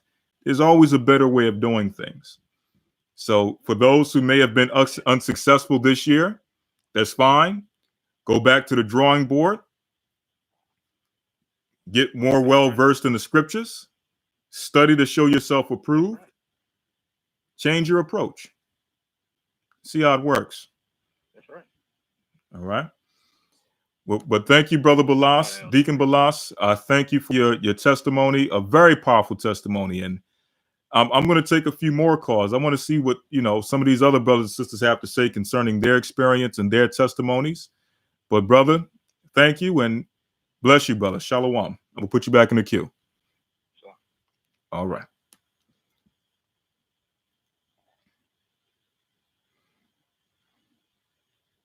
All right. Let's see here. See who we have here. We have Sister Debbie in North Carolina. Sister Debbie, you're live on Blog Talk. Shalom, Elder. How are you? I'm doing well, sister. How about yourself? Oh, doing well. What you said earlier about being an example, that's exactly what I wanted to bring out, because we've been in the truth for 2 years now, my husband, myself, and our family. And during that time, my sister and my mother have come along because we've been consistent in what we're doing. This is our third Christmas that we haven't celebrated. And the first time I heard the truth, My sister was shocked because I took everything and threw it away, every little piece of Christmas stuff. And, soon she was like, well, show me what I need to throw away. And my mom is now ministering to her cousins. My father, he still loves his pagan holidays. He knows that what I'm saying is right, but he likes the celebrations of it on a consistent basis. But there's something that Sister Carol says out here. She says, and it makes so much sense, is that we have to remember that we were once there, that we were once celebrating Christmas, we were once buying gifts, we were once, decking the halls and everything. And as our family is coming out of it, they have to see an example, and they're looking at you. And some of them are looking at you like you're going through a fad, and it's going to be over. And and they're waiting for you to change up and do something else. And then when they don't see that you do anything else, and they start coming along, even employers and such. My employer doesn't call me for clients on between Friday night and Saturday night. And it took, I've been with them for 6 years, and it took the 2 years for them to catch on, but they have. But in the clients that I'm at right now on a regular basis for the past year, if they have any get together, they're so sweet to me. They're Edomites, and they do pagan everything, but they always Debbie doesn't eat pork, and make sure, because Debbie, we understand that you're going to be at church on the Sabbath, so and blah blah. And these are not things that I walk up in their house or in their area and go, hey, I'm a super Hebrew, and look at here, you don't do this, and this. It's example. They're the ones that ask me, why don't you eat this? Right. Why don't Absolutely. you have laughter? Why do you go to church on Sabbath? And I have the opportunity to gently tell them. And I have to be honest, there's some times where I thought maybe I should say something more, especially when I was switching to a Hebrew. But then I could, I felt myself pulled back by the Holy Spirit to go, no, not yet. Just continue to be that example. So I just wanted to say that sometimes, we really have to love our family through it and not hold it against them, because we were once there too. Absolutely, sister. Let me ask you a question off the back of that. You were mentioning that your workplace, after about 2 years, started catching on to certain things. Let me ask, what was your conduct initially when, did you go into the office and, toss a chair over across the room and say, I'm an Israelite, and, I keep the Sabbath. I ain't working no more on the Sabbath. You know, I'll celebrate the Passover. Don't call me on Passover. Was that the approach, or were you just kind of patient at taking things one step at a time, being steadfast, and eventually they kind of caught on? How dare you call me to work on a Sabbath? No, I was very patient with them. When I learned to speak and they started calling me for Friday night, Saturday night, I told them, I said, we're Hebrew and we worship. I said, I know most of you worship on Sundays and your nurses want Sundays off, but I tell you what, I'm willing to work every other Sunday if you can note that I do not work Friday sundown to Saturday sundown. And they did it. And then next time somebody called me in to work, then another one reminded them that no, she works every other Sunday for us. She doesn't have Friday night, Saturday night to work. And that went on, and that's been that way for the past 2 years. And they will remind each other about me. And I never made a fuss about it.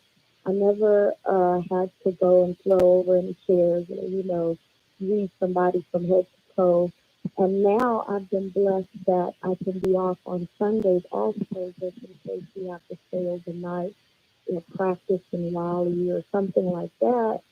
It took a little while, but, through patience, I was willing to work with them, in other words. You know what I mean? If I can have this day, I can give you a little bit over on this end. And that worked out.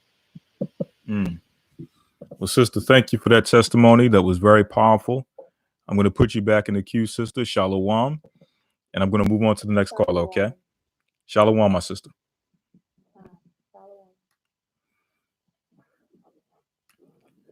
Again, another very powerful testimony. And I think it's going to serve, especially for those who may be new to the truth. This is going to serve as a representation or an example of how to use wisdom in these situations. Okay, there are ways. Yes, we know this is Satan's system. We know that he's in control of the workings of this earth, so on and so forth. But if you walk steadfast and you operate with wisdom and patience, so on and so forth, and humility, there's ways you can work around in this system in order to stand for the Most High against the workers of iniquity. To have that opportunity, as the sister said, all she did was make a phone call, or someone made a phone call to her requesting that she work on a Saturday, and she just kind of broke it down to them. And they made sure that going forward, she was accommodated based on her belief. Okay. Now, of course, some places are a little different. Some places you confess your belief. Again, you get those rough stares. You get all eyes on you. Everyone looking to now find a way to entrap you, as they did to Daniel in the book of Daniel, to try to get you fired, to try to get you to disassociate yourself from your belief. Okay. So you have spiteful people like that. But usually, as in the book of Daniel, as in the book of Esther with Haman trying to come against Mordecai and the Israelites, as others who have tried to come against us and entrap us, they always find themselves with the short end of the stick. May not be immediately, but somewhere down the line, they find themselves messing with the wrong person. Okay, because people who are spiteful like that, they kind of do that in other situations also. It just so happens that now they got a person who now confesses a certain belief system. They may, one day you may be on your lunch break. They walk in, they see you watching one of the videos. They see Dimitri's on. And next thing you know, they sending emails around the office and having conversations and, going to the higher ups and saying that you are a part of a hate group or a cult. They may play one of the videos of, in the office or what have you. Okay. Of one of the controversial topics, probably us going in on, the LBGT thing. And all of a sudden you find yourself being pulled into a meeting, an unnecessary meeting, being questioned concerning your beliefs, or people may start doing things a little bit more covertly concerning you. You're being pulled up on things that, usually were considered minuscule, but now it's like the end of the world. Why? Because again, they're trying to entrap you. Even in those situations, you have to be patient. Because the reality is that if someone is going to discriminate against what you believe in, okay, then somewhere down the line, you may have that business or that corporation may be dealing with a lawsuit because you cannot discriminate against someone's belief. Okay. Regardless of how extreme it may be. Now, we're not as extreme as some may be who call themselves Hebrews or have been called to be or been called to the knowledge of being a Hebrew Israelite, so on and so forth. But nonetheless, to the rest of the world, we are nonetheless just as extreme as the rest. Okay. They don't really know the difference, don't care to know the difference. All right. But there's a few things I wanted to read before we move forward. Okay, to kind of give some insight on how the world views our awakening. Okay, this is for the people around us. This is for the people we work with, the people at the office. Okay, it says here in the book of Isaiah, chapter 59, verse number 14. Okay. Now, for some people who may, again, I have to make reference for those who may be tuning in for the first time. Some of you may be wondering, where are we getting this idea that a Christmas tree is wrong, that it's evil? Where are we getting the idea that Christmas is wrong, that it's evil? I thought Christmas was a celebration of Christ's birthday. I thought this was a biblical Christian-based holiday. Why are we mentioning Easter and all these different things in this conversation concerning standing up against evil? Well, I implore you to go back and watch some of the videos we've done in the past concerning holidays such as Christmas. We have quite a few in which we actually go into the Bible, we go into history, we go into scripture, just dealing with the topic of what God thinks about these holidays. And for the most part, you'll be very surprised. Tonight, I wanted to keep it brief. We have touched on those scriptures a million times. We have millions, or we have quite a few videos. I'm not going to exaggerate and say millions, but we have quite a few videos in which we touch on that particular topic. So again, go back and type in GOCC Christmas, GOCC Thanksgiving, GOCC holidays. 9 times out of 10, something is going to come up on YouTube of us breaking down these holidays according to the Bible.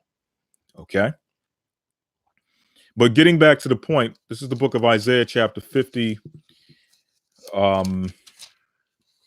59, verse number 14. It says here, "In judgment is turned away backward, and justice standeth afar off.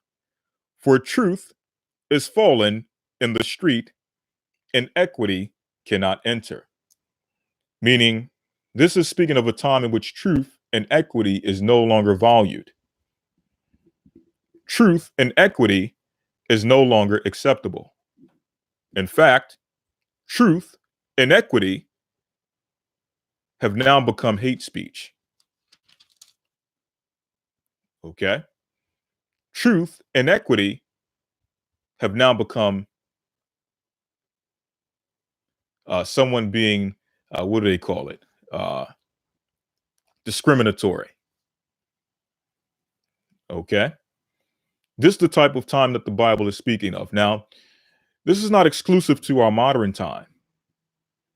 In fact, when Isaiah gave this prophecy, he was speaking about a state that befell the children of Israel in ancient times. Yes, there was a time in which we as a nation did not value truth and equity, did not value the spirit of true judgment.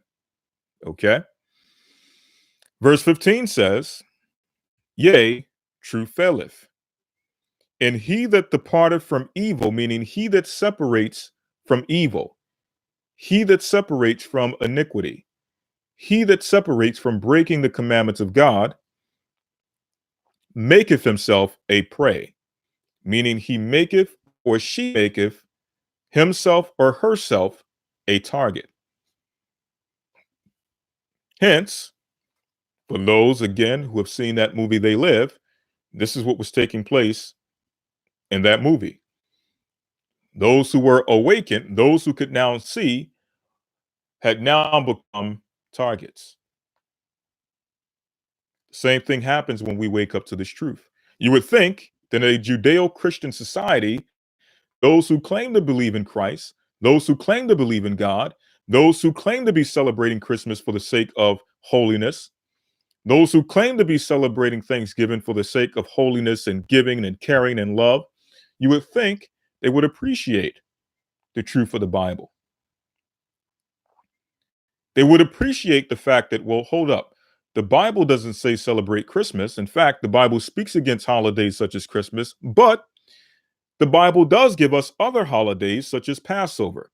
The Bible does give us other holidays such as Purim, the Feast of Tabernacles, the Feast of Unleavened Bread, the Sabbath. So the Bible doesn't just take away holidays from us and just leave us miserable. The Bible takes away the holidays of this world and replaces them with the holidays of God. You would think those who claim to believe in God would appreciate those things. But instead, the one who comes and says, well, listen, don't celebrate Christmas, celebrate Purim. It's 2 days of gift giving. It's better than Christmas. You would think that person would be accepted with open arms. You know what? Thank you. I'm tired of celebrating Christmas anyway.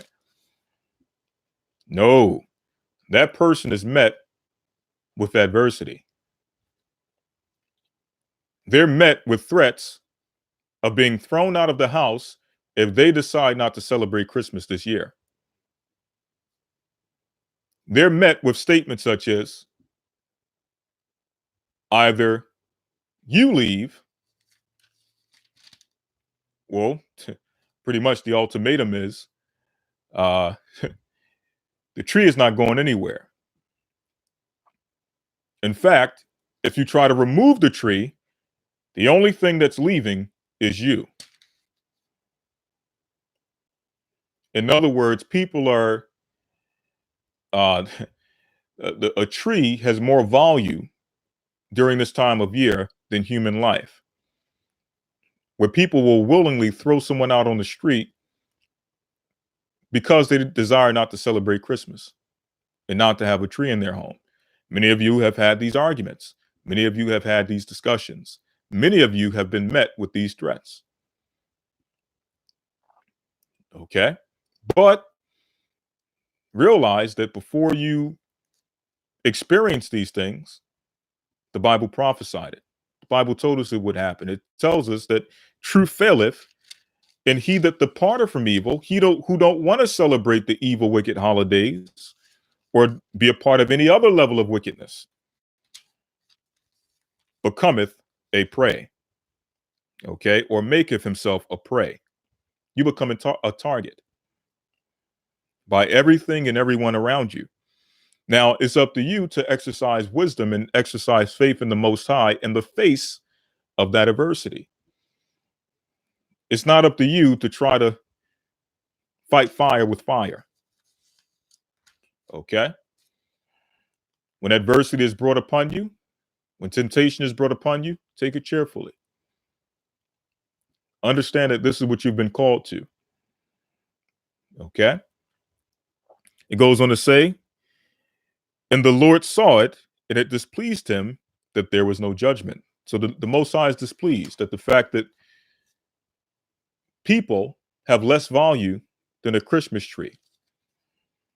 And there's no one to come in with righteous judgment. No one is coming in with sound judgment and sound decision making to say that, hold up, you're willing to throw away your so-called loved one, or the one that you consider to be your loved one, your husband or your wife, before you throw out the Christmas tree.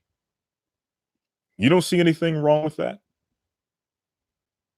No one is making those types of suggestions or coming forward with judgment to have people consider their ways. This is what happens when truth faileth. Okay? Now, again, as we've been stating throughout the course of this broadcast, after this, we're going to take 2 more calls before we close out for tonight. Okay? For those who have to deal in these situations, okay? It tells us here in the book of St. Matthew, chapter 12. Okay? St. Matthew, chapter 12. And I'm going to start in verse, let me get it here. Make that St. Matthew, chapter 13.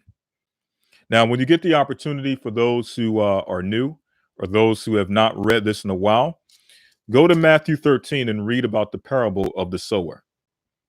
Okay?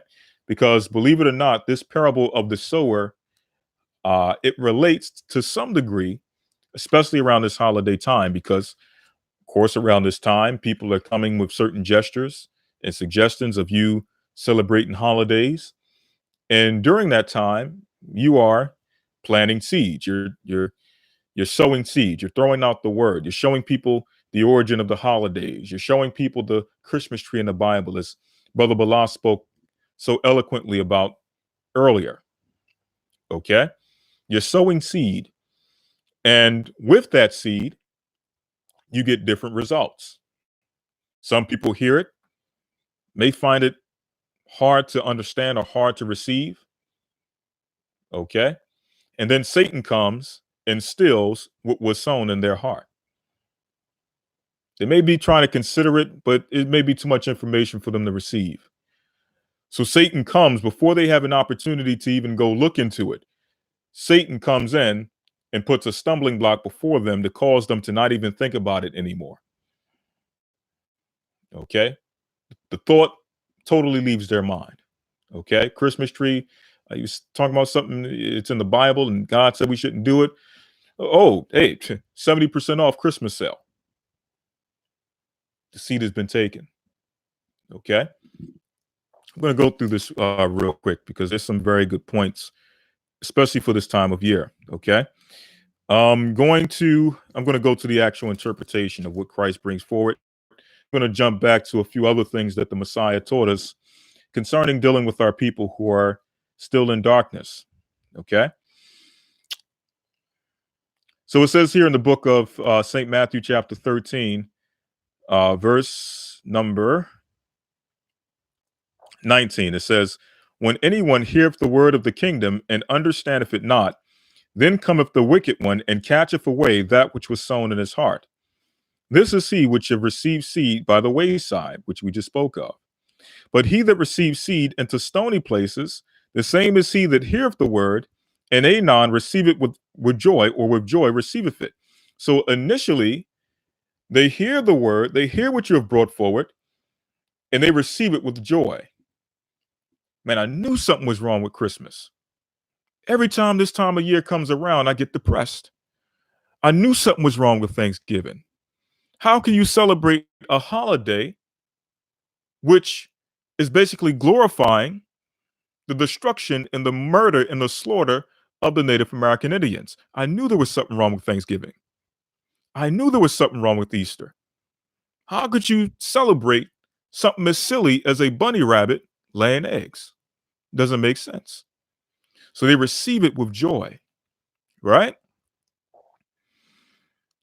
Verse number 21, "Yet he hath not root in himself."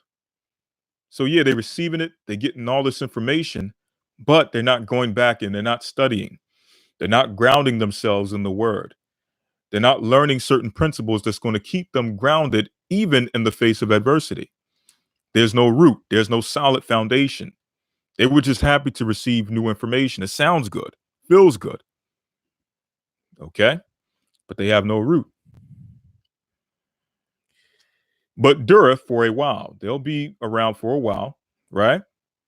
"For when tribulation or persecution ariseth because of the word, by and by he is offended." Now they're faced with a decision. Family celebrating Thanksgiving this year. It's the only time you get to see Aunt Bessie. We don't know how long our Uncle Charles got before he goes. Okay? Why don't you come over and celebrate this Thanksgiving? Now, remember, this person received the knowledge concerning Thanksgiving with joy. But now they're being actually faced with a decision. They're being faced in a situation where they now have to apply the knowledge that they have learned. And because they have no root, they have no solid ground, their house is built on sand. Now they're faced with that decision. And now, instead of just saying, you know what, let me stand strong, or just admitting that, you know what, I fell short. I celebrated Thanksgiving, or, I celebrated Christmas. I remembered the time, I remember what I felt as a kid celebrating these holidays. I remember what I felt celebrating Christmas as a child and opening up the gifts. I fell short. Instead of just doing that, they go on an all-out assault against the Bible. Man, I don't know about that Bible. I, you know, how can the Bible be against such a holiday that, it It brings family together. You know, I just love Thanksgiving. Now, keep in mind, this person at one point received the word, or they won't even bring up the thing about Thanksgiving. They'll find another reason to be offended. Okay? It won't have anything to do with the holidays, but that offense is being fueled by their desire to celebrate the holidays.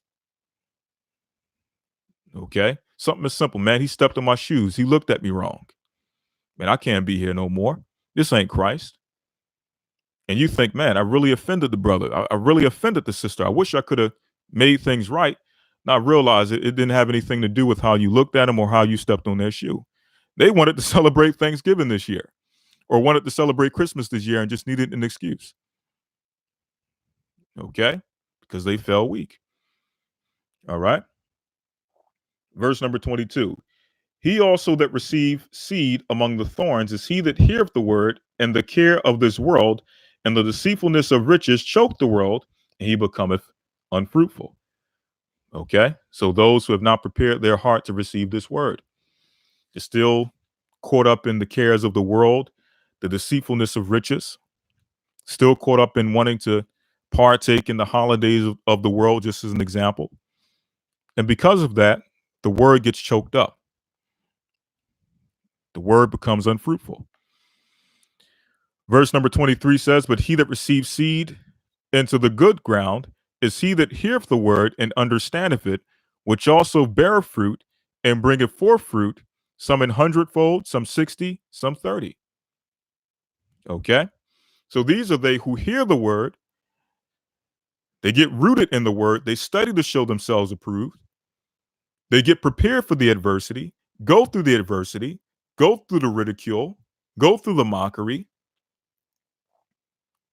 But because they endured, those same people that mocked them are now giving them phone calls. Hey, man, what were you saying about that Christmas tree? Man, what were you saying about Thanksgiving? Yeah, show me out the Bible. And now those same people that ridiculed in the past are now being taught. They're partaking in the Sabbath lessons. That right person who they ridiculed 6 years before, sitting right next to him on the Sabbath. Why? Because that person who received it 6 years ago and got ridiculed endured, stood strong, was steadfast. Okay? Understood what they were called to. All right? So these are the different experiences we're going to have within this truth. From those who are initially coming in a few months in to those of us who have years in. Okay? The experiences don't change. It's just how we deal with those experiences that change and also give us different outcomes. Okay? I'm going to take 2 more calls before we close out for tonight.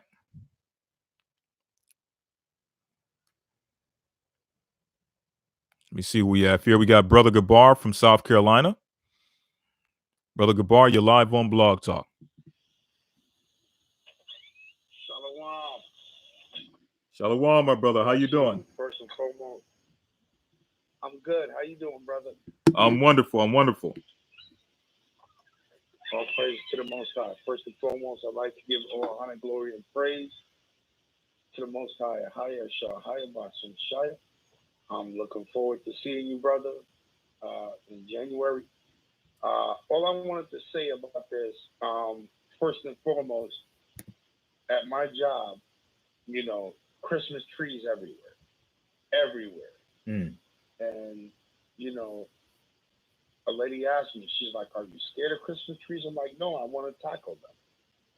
That's what I want to do. I see them, but knowing that, you know, I understand that there's certain things that go on when everybody comes together and pretends, I don't want to say pretend, forgive me, that spirit comes across everybody where they're like in this togetherness mode, right?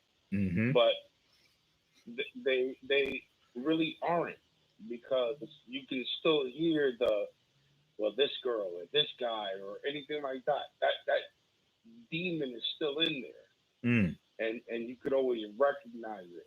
You know, where it's like, well, you're celebrating this holiday, and you could still have that emotional disconnect from somebody. What are you really following? Because that's not what it really is. So being at my job and seeing this, we have this guy at my job.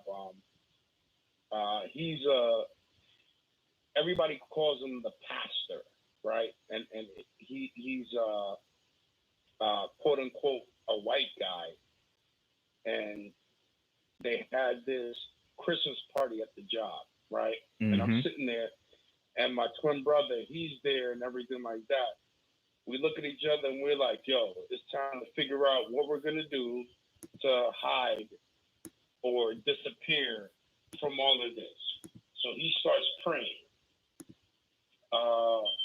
Thank you, Father, for us, for you having Jesus at this time. That was it. Me and him got up and we left. Everybody's like, where are you going? We're like, nah, I don't understand how you believe that Christ was born on this day. Well, we don't understand what you mean. I'm like, allow us to go into the scriptures, because you guys claim that you're Christian, and mind you, we have 3 so-called black guys in a department full of quote-unquote white guys, and there's about 50 people total, but only 3 so-called black guys, right? So they're all trying to get to understand it. Why don't you eat pork? Why don't you celebrate certain things with us? And we're like, listen, I love you. And we put that out there. Yo, we love everybody. But if you're going to come from the location of scriptures, we're going to go in the scriptures. So we'll talk that day. We spoke to them and said, listen, okay, you're celebrating Christmas. You believe Christ was born on this day. So we went to Jeremiah 10, verse 1 through 5. They're like, okay, well, what else do you have? Okay, fine. I'm going to show you what else that we have. So we go into Leviticus, talking about the clean and unclean meats and everything like that. Well, that's the Old Testament.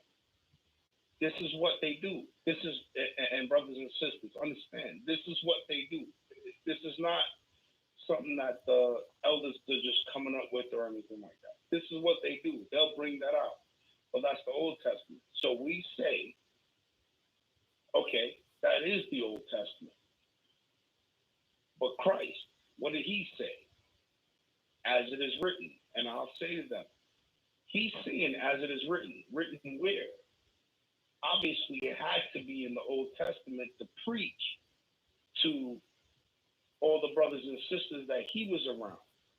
He wasn't preaching something different. There was no difference in anything that he was preaching. So, you know,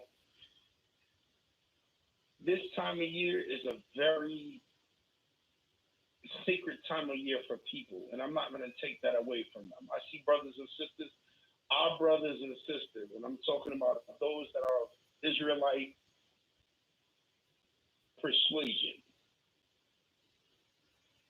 They do the most decorating out of anybody else. I'm telling you, if y'all could have seen the decorating that went on in my job, it was not, the Gentiles were sitting down answering their phone calls.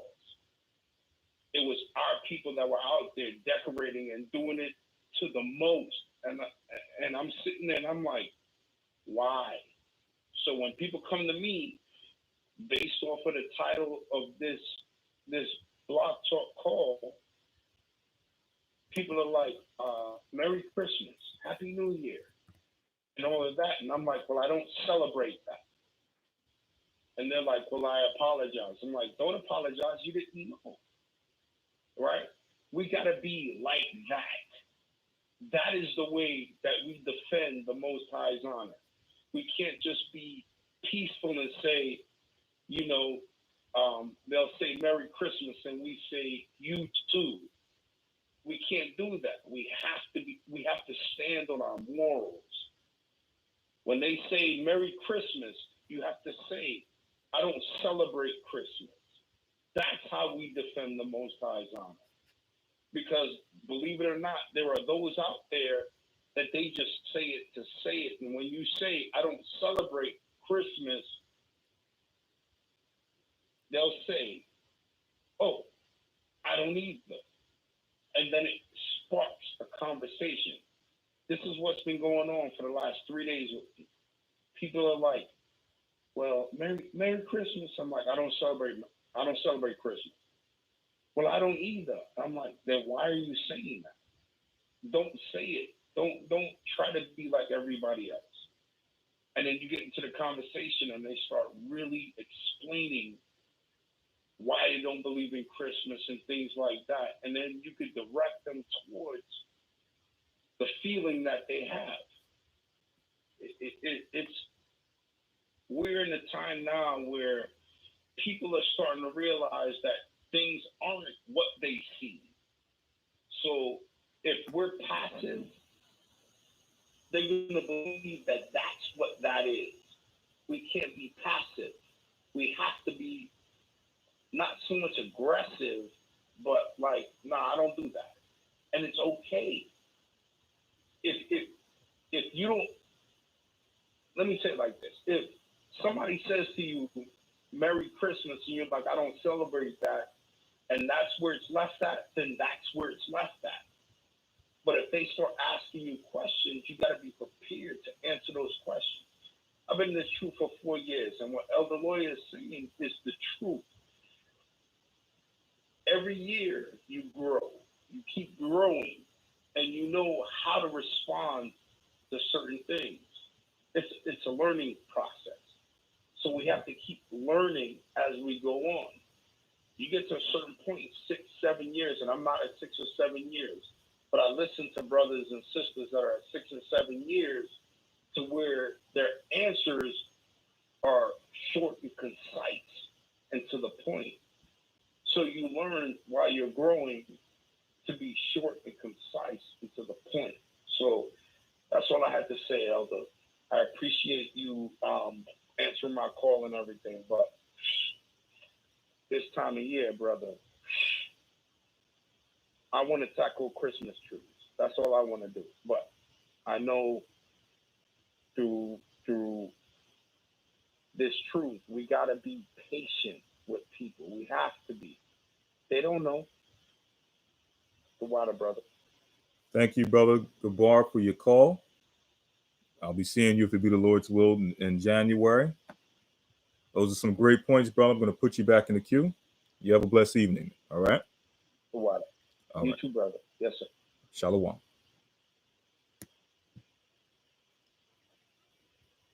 All right. We're going to take one more call before we close out. We have Brother Aria from Nevada. Brother Aria, you're live on Blog Talk. Hey, Shalom, Elder Lawyer, how you doing? I'm wonderful, my brother. How about yourself? Oh, man, blessed by the best. All praises to the Most High, how about from the same way I walked about. This is a beautiful topic tonight, and the testimonies are very powerful. And it just shows how the Holy Spirit is working. Because I can definitely attest to the testimonies that went forth tonight. This season is real profound, even for my family, because my grandmother came to visit for the first time. And I praise the Most High for her coming. She was embraced by the church out here. And, man, the love she experienced, that's all she was talking about, even to the point that I got a call from my aunt this morning, just encouraging me with some of the very things that we touched on tonight. And some of the key words that she used, the descriptive words, that because of my consistency, in this way of life, it is sown seed, and those seeds are bringing forth fruit. She said that, my wife and I are catalysts for family and love and union and keep doing it. And that really blessed my heart that, you know, at the beginning of my wife and our relationship, this same aunt was, basically like questionable because of the age of my wife and even me exiting the military and things of that nature. But now, because of all that we have suffered there, the Most High brought us through, it is it is propelling the family back to unity. All praises to the Most High. And just going through those things with them. My grandmother being here in the church, I praise the Most High for the church here in Las Vegas. Because the very things my grandmother is saying, the love, the love, the love. And this meant a lot to me. And the reason being, my grandmother, she's up in age. She lives in Florida. And just before this whole season hit, her place where she stayed, the roof caved in and she basically lost a lot of stuff. And when I heard of it and I spoke to her, I could hear in her voice the depression. And it weighed on her to the point to where I discern in the spirit, she feels like giving up on life. And that's when the spirit started working on me to get her out here. And so I spoke with my wife. I said, babe, I want my grandma to come visit. And my wife said, that's fine. Okay. My wife was working and she didn't see it. This was around Halloween time that my wife was working, and she did not partake in the Halloween observance. And shortly after that, they let her go. And so everything just started falling into place. I told my wife, don't worry, the Most High is going to take care of us because once my wife got let go, she was at home. So when my grandma came, it was perfect. Like she was there with her, and my grandma just praised her how she worked hard, her example, everything, and it was such a blessing. And so that was the beginning. Then my dad, he calls me, he's like, what's your address? And I wasn't thinking nothing of it. I gave it to him. And then he shows up the day before my grandmother was to fly back. She flew back on Christmas evening. So my dad shows up. So both my dad and my grandmother is here. We had a blessed conversation. All came into agreement about, this time. And so all day yesterday, to my grandmother, she leaves. She has a blessed time. She's talking about it. All day yesterday, my dad and I sit there and we talked about Christmas. And I showed him some of the videos and everything, and he like, man, you opened my eyes to a lot. And I'm like, the Most High doing this because the time is at hand. And he was just there like, man, just just baffled. And so the Most High is really working in the spirit with his people right now because of the way we present this truth to our family, because of how we labor with them and we love on them. And everything, even the call to what the brother was saying just before. People will say Merry Christmas, and all we have to say is respectfully, well, I don't celebrate that. And they're like, oh, well, at least you get the holidays off, or they'll ask a question. And that's that firmness, too, segueing into the topic of tonight, too. Who will stand up? And that's what the Most High is looking for, because we never know. We might be that second or that third witness to say, well, I don't celebrate that, and we have the information to now sow this seed into this soul who's saying this to us, just trying to be polite because it's a thing to do. And so we just have to be bold like that. And so, man, I praise the Most High. And, one more thing, my grandmother, before she left, two things I heard her say out of her own mouth. Well, three. The love that she struck in the church, and she told us, she said, I feel like living now. I feel like fighting. And that was confirmation. And I praise the church out here in Las Vegas for all that's listening to this, to water for the love that she showed my family. She said, I feel like I'm at school again because when I go to work, I work in the afternoons into the night. And so she's there with my wife and there conversing and lessons. She's just sitting there soaking in the lessons. I had the Gathering channel on and she was just like, how can I get this at home on my TV? How can I take this with me? She's like, I want to take these two guys with me. She was speaking to herself in a little car. And I was like, you know what, Grandma? You can. So I put YouTube on her phone. My dad got her his smartphone, created a channel, and locked her into the two channels, GOC, NYC, and the Gathering. Hit the notification bell so she gets it. And now she's locked in. And the last thing she says, you know what? I will be looking to make this to get back here. So I praise the Most High for that because she's down there in Florida. Everybody's concerned because, the elderly are set in their ways. But she's coming out of that comfort zone and looking to be here. She explained to Elder Rock that she wanted to be in a place where she can grow, and she feels that this is it. Even too, looking to want to be at the Passover coming up. So that Wow, all of look at those things that. I give the Most High thanks for. Yeah, I'm telling you. And the icing on it. So you know I was in South America and a couple years back, and my mom almost passed in an accident. And so I've been talking to her ever since I've been back. But I had a good conversation with her this morning, and she is coming along a little bit slower. Well, in the conversation this morning, she said, I don't care about the Christmas. I care about my life. And I said, well, Mom, you know what? That's in our nature to celebrate the feast of life. She said, well, that's what I call it. I said, no, Mom, that's what it's called in the Bible. We're going to have a conversation about it because she was heading out to go to work because she has her own business. But the seeds have been planted and the Spirit is working with our people. And I just give the Most High praise for that. So, you know, for those, let's continue to stand firm and stand bold for this truth and continue to be, you know, patient with our people because love is patient. And man, the Most High is going to bring them to the fold in His time. So, Tawada for taking my call. Blessed broadcast, Elder. Always a pleasure speaking with you, and let's continue to do this work. Absolutely, my brother. Thank you for your call. Some great points. A beautiful testimony. I'm going to put you back in the queue, my brother. You have a blessed night, okay? All right, Elder. Bless you. Oh, shalom. All right.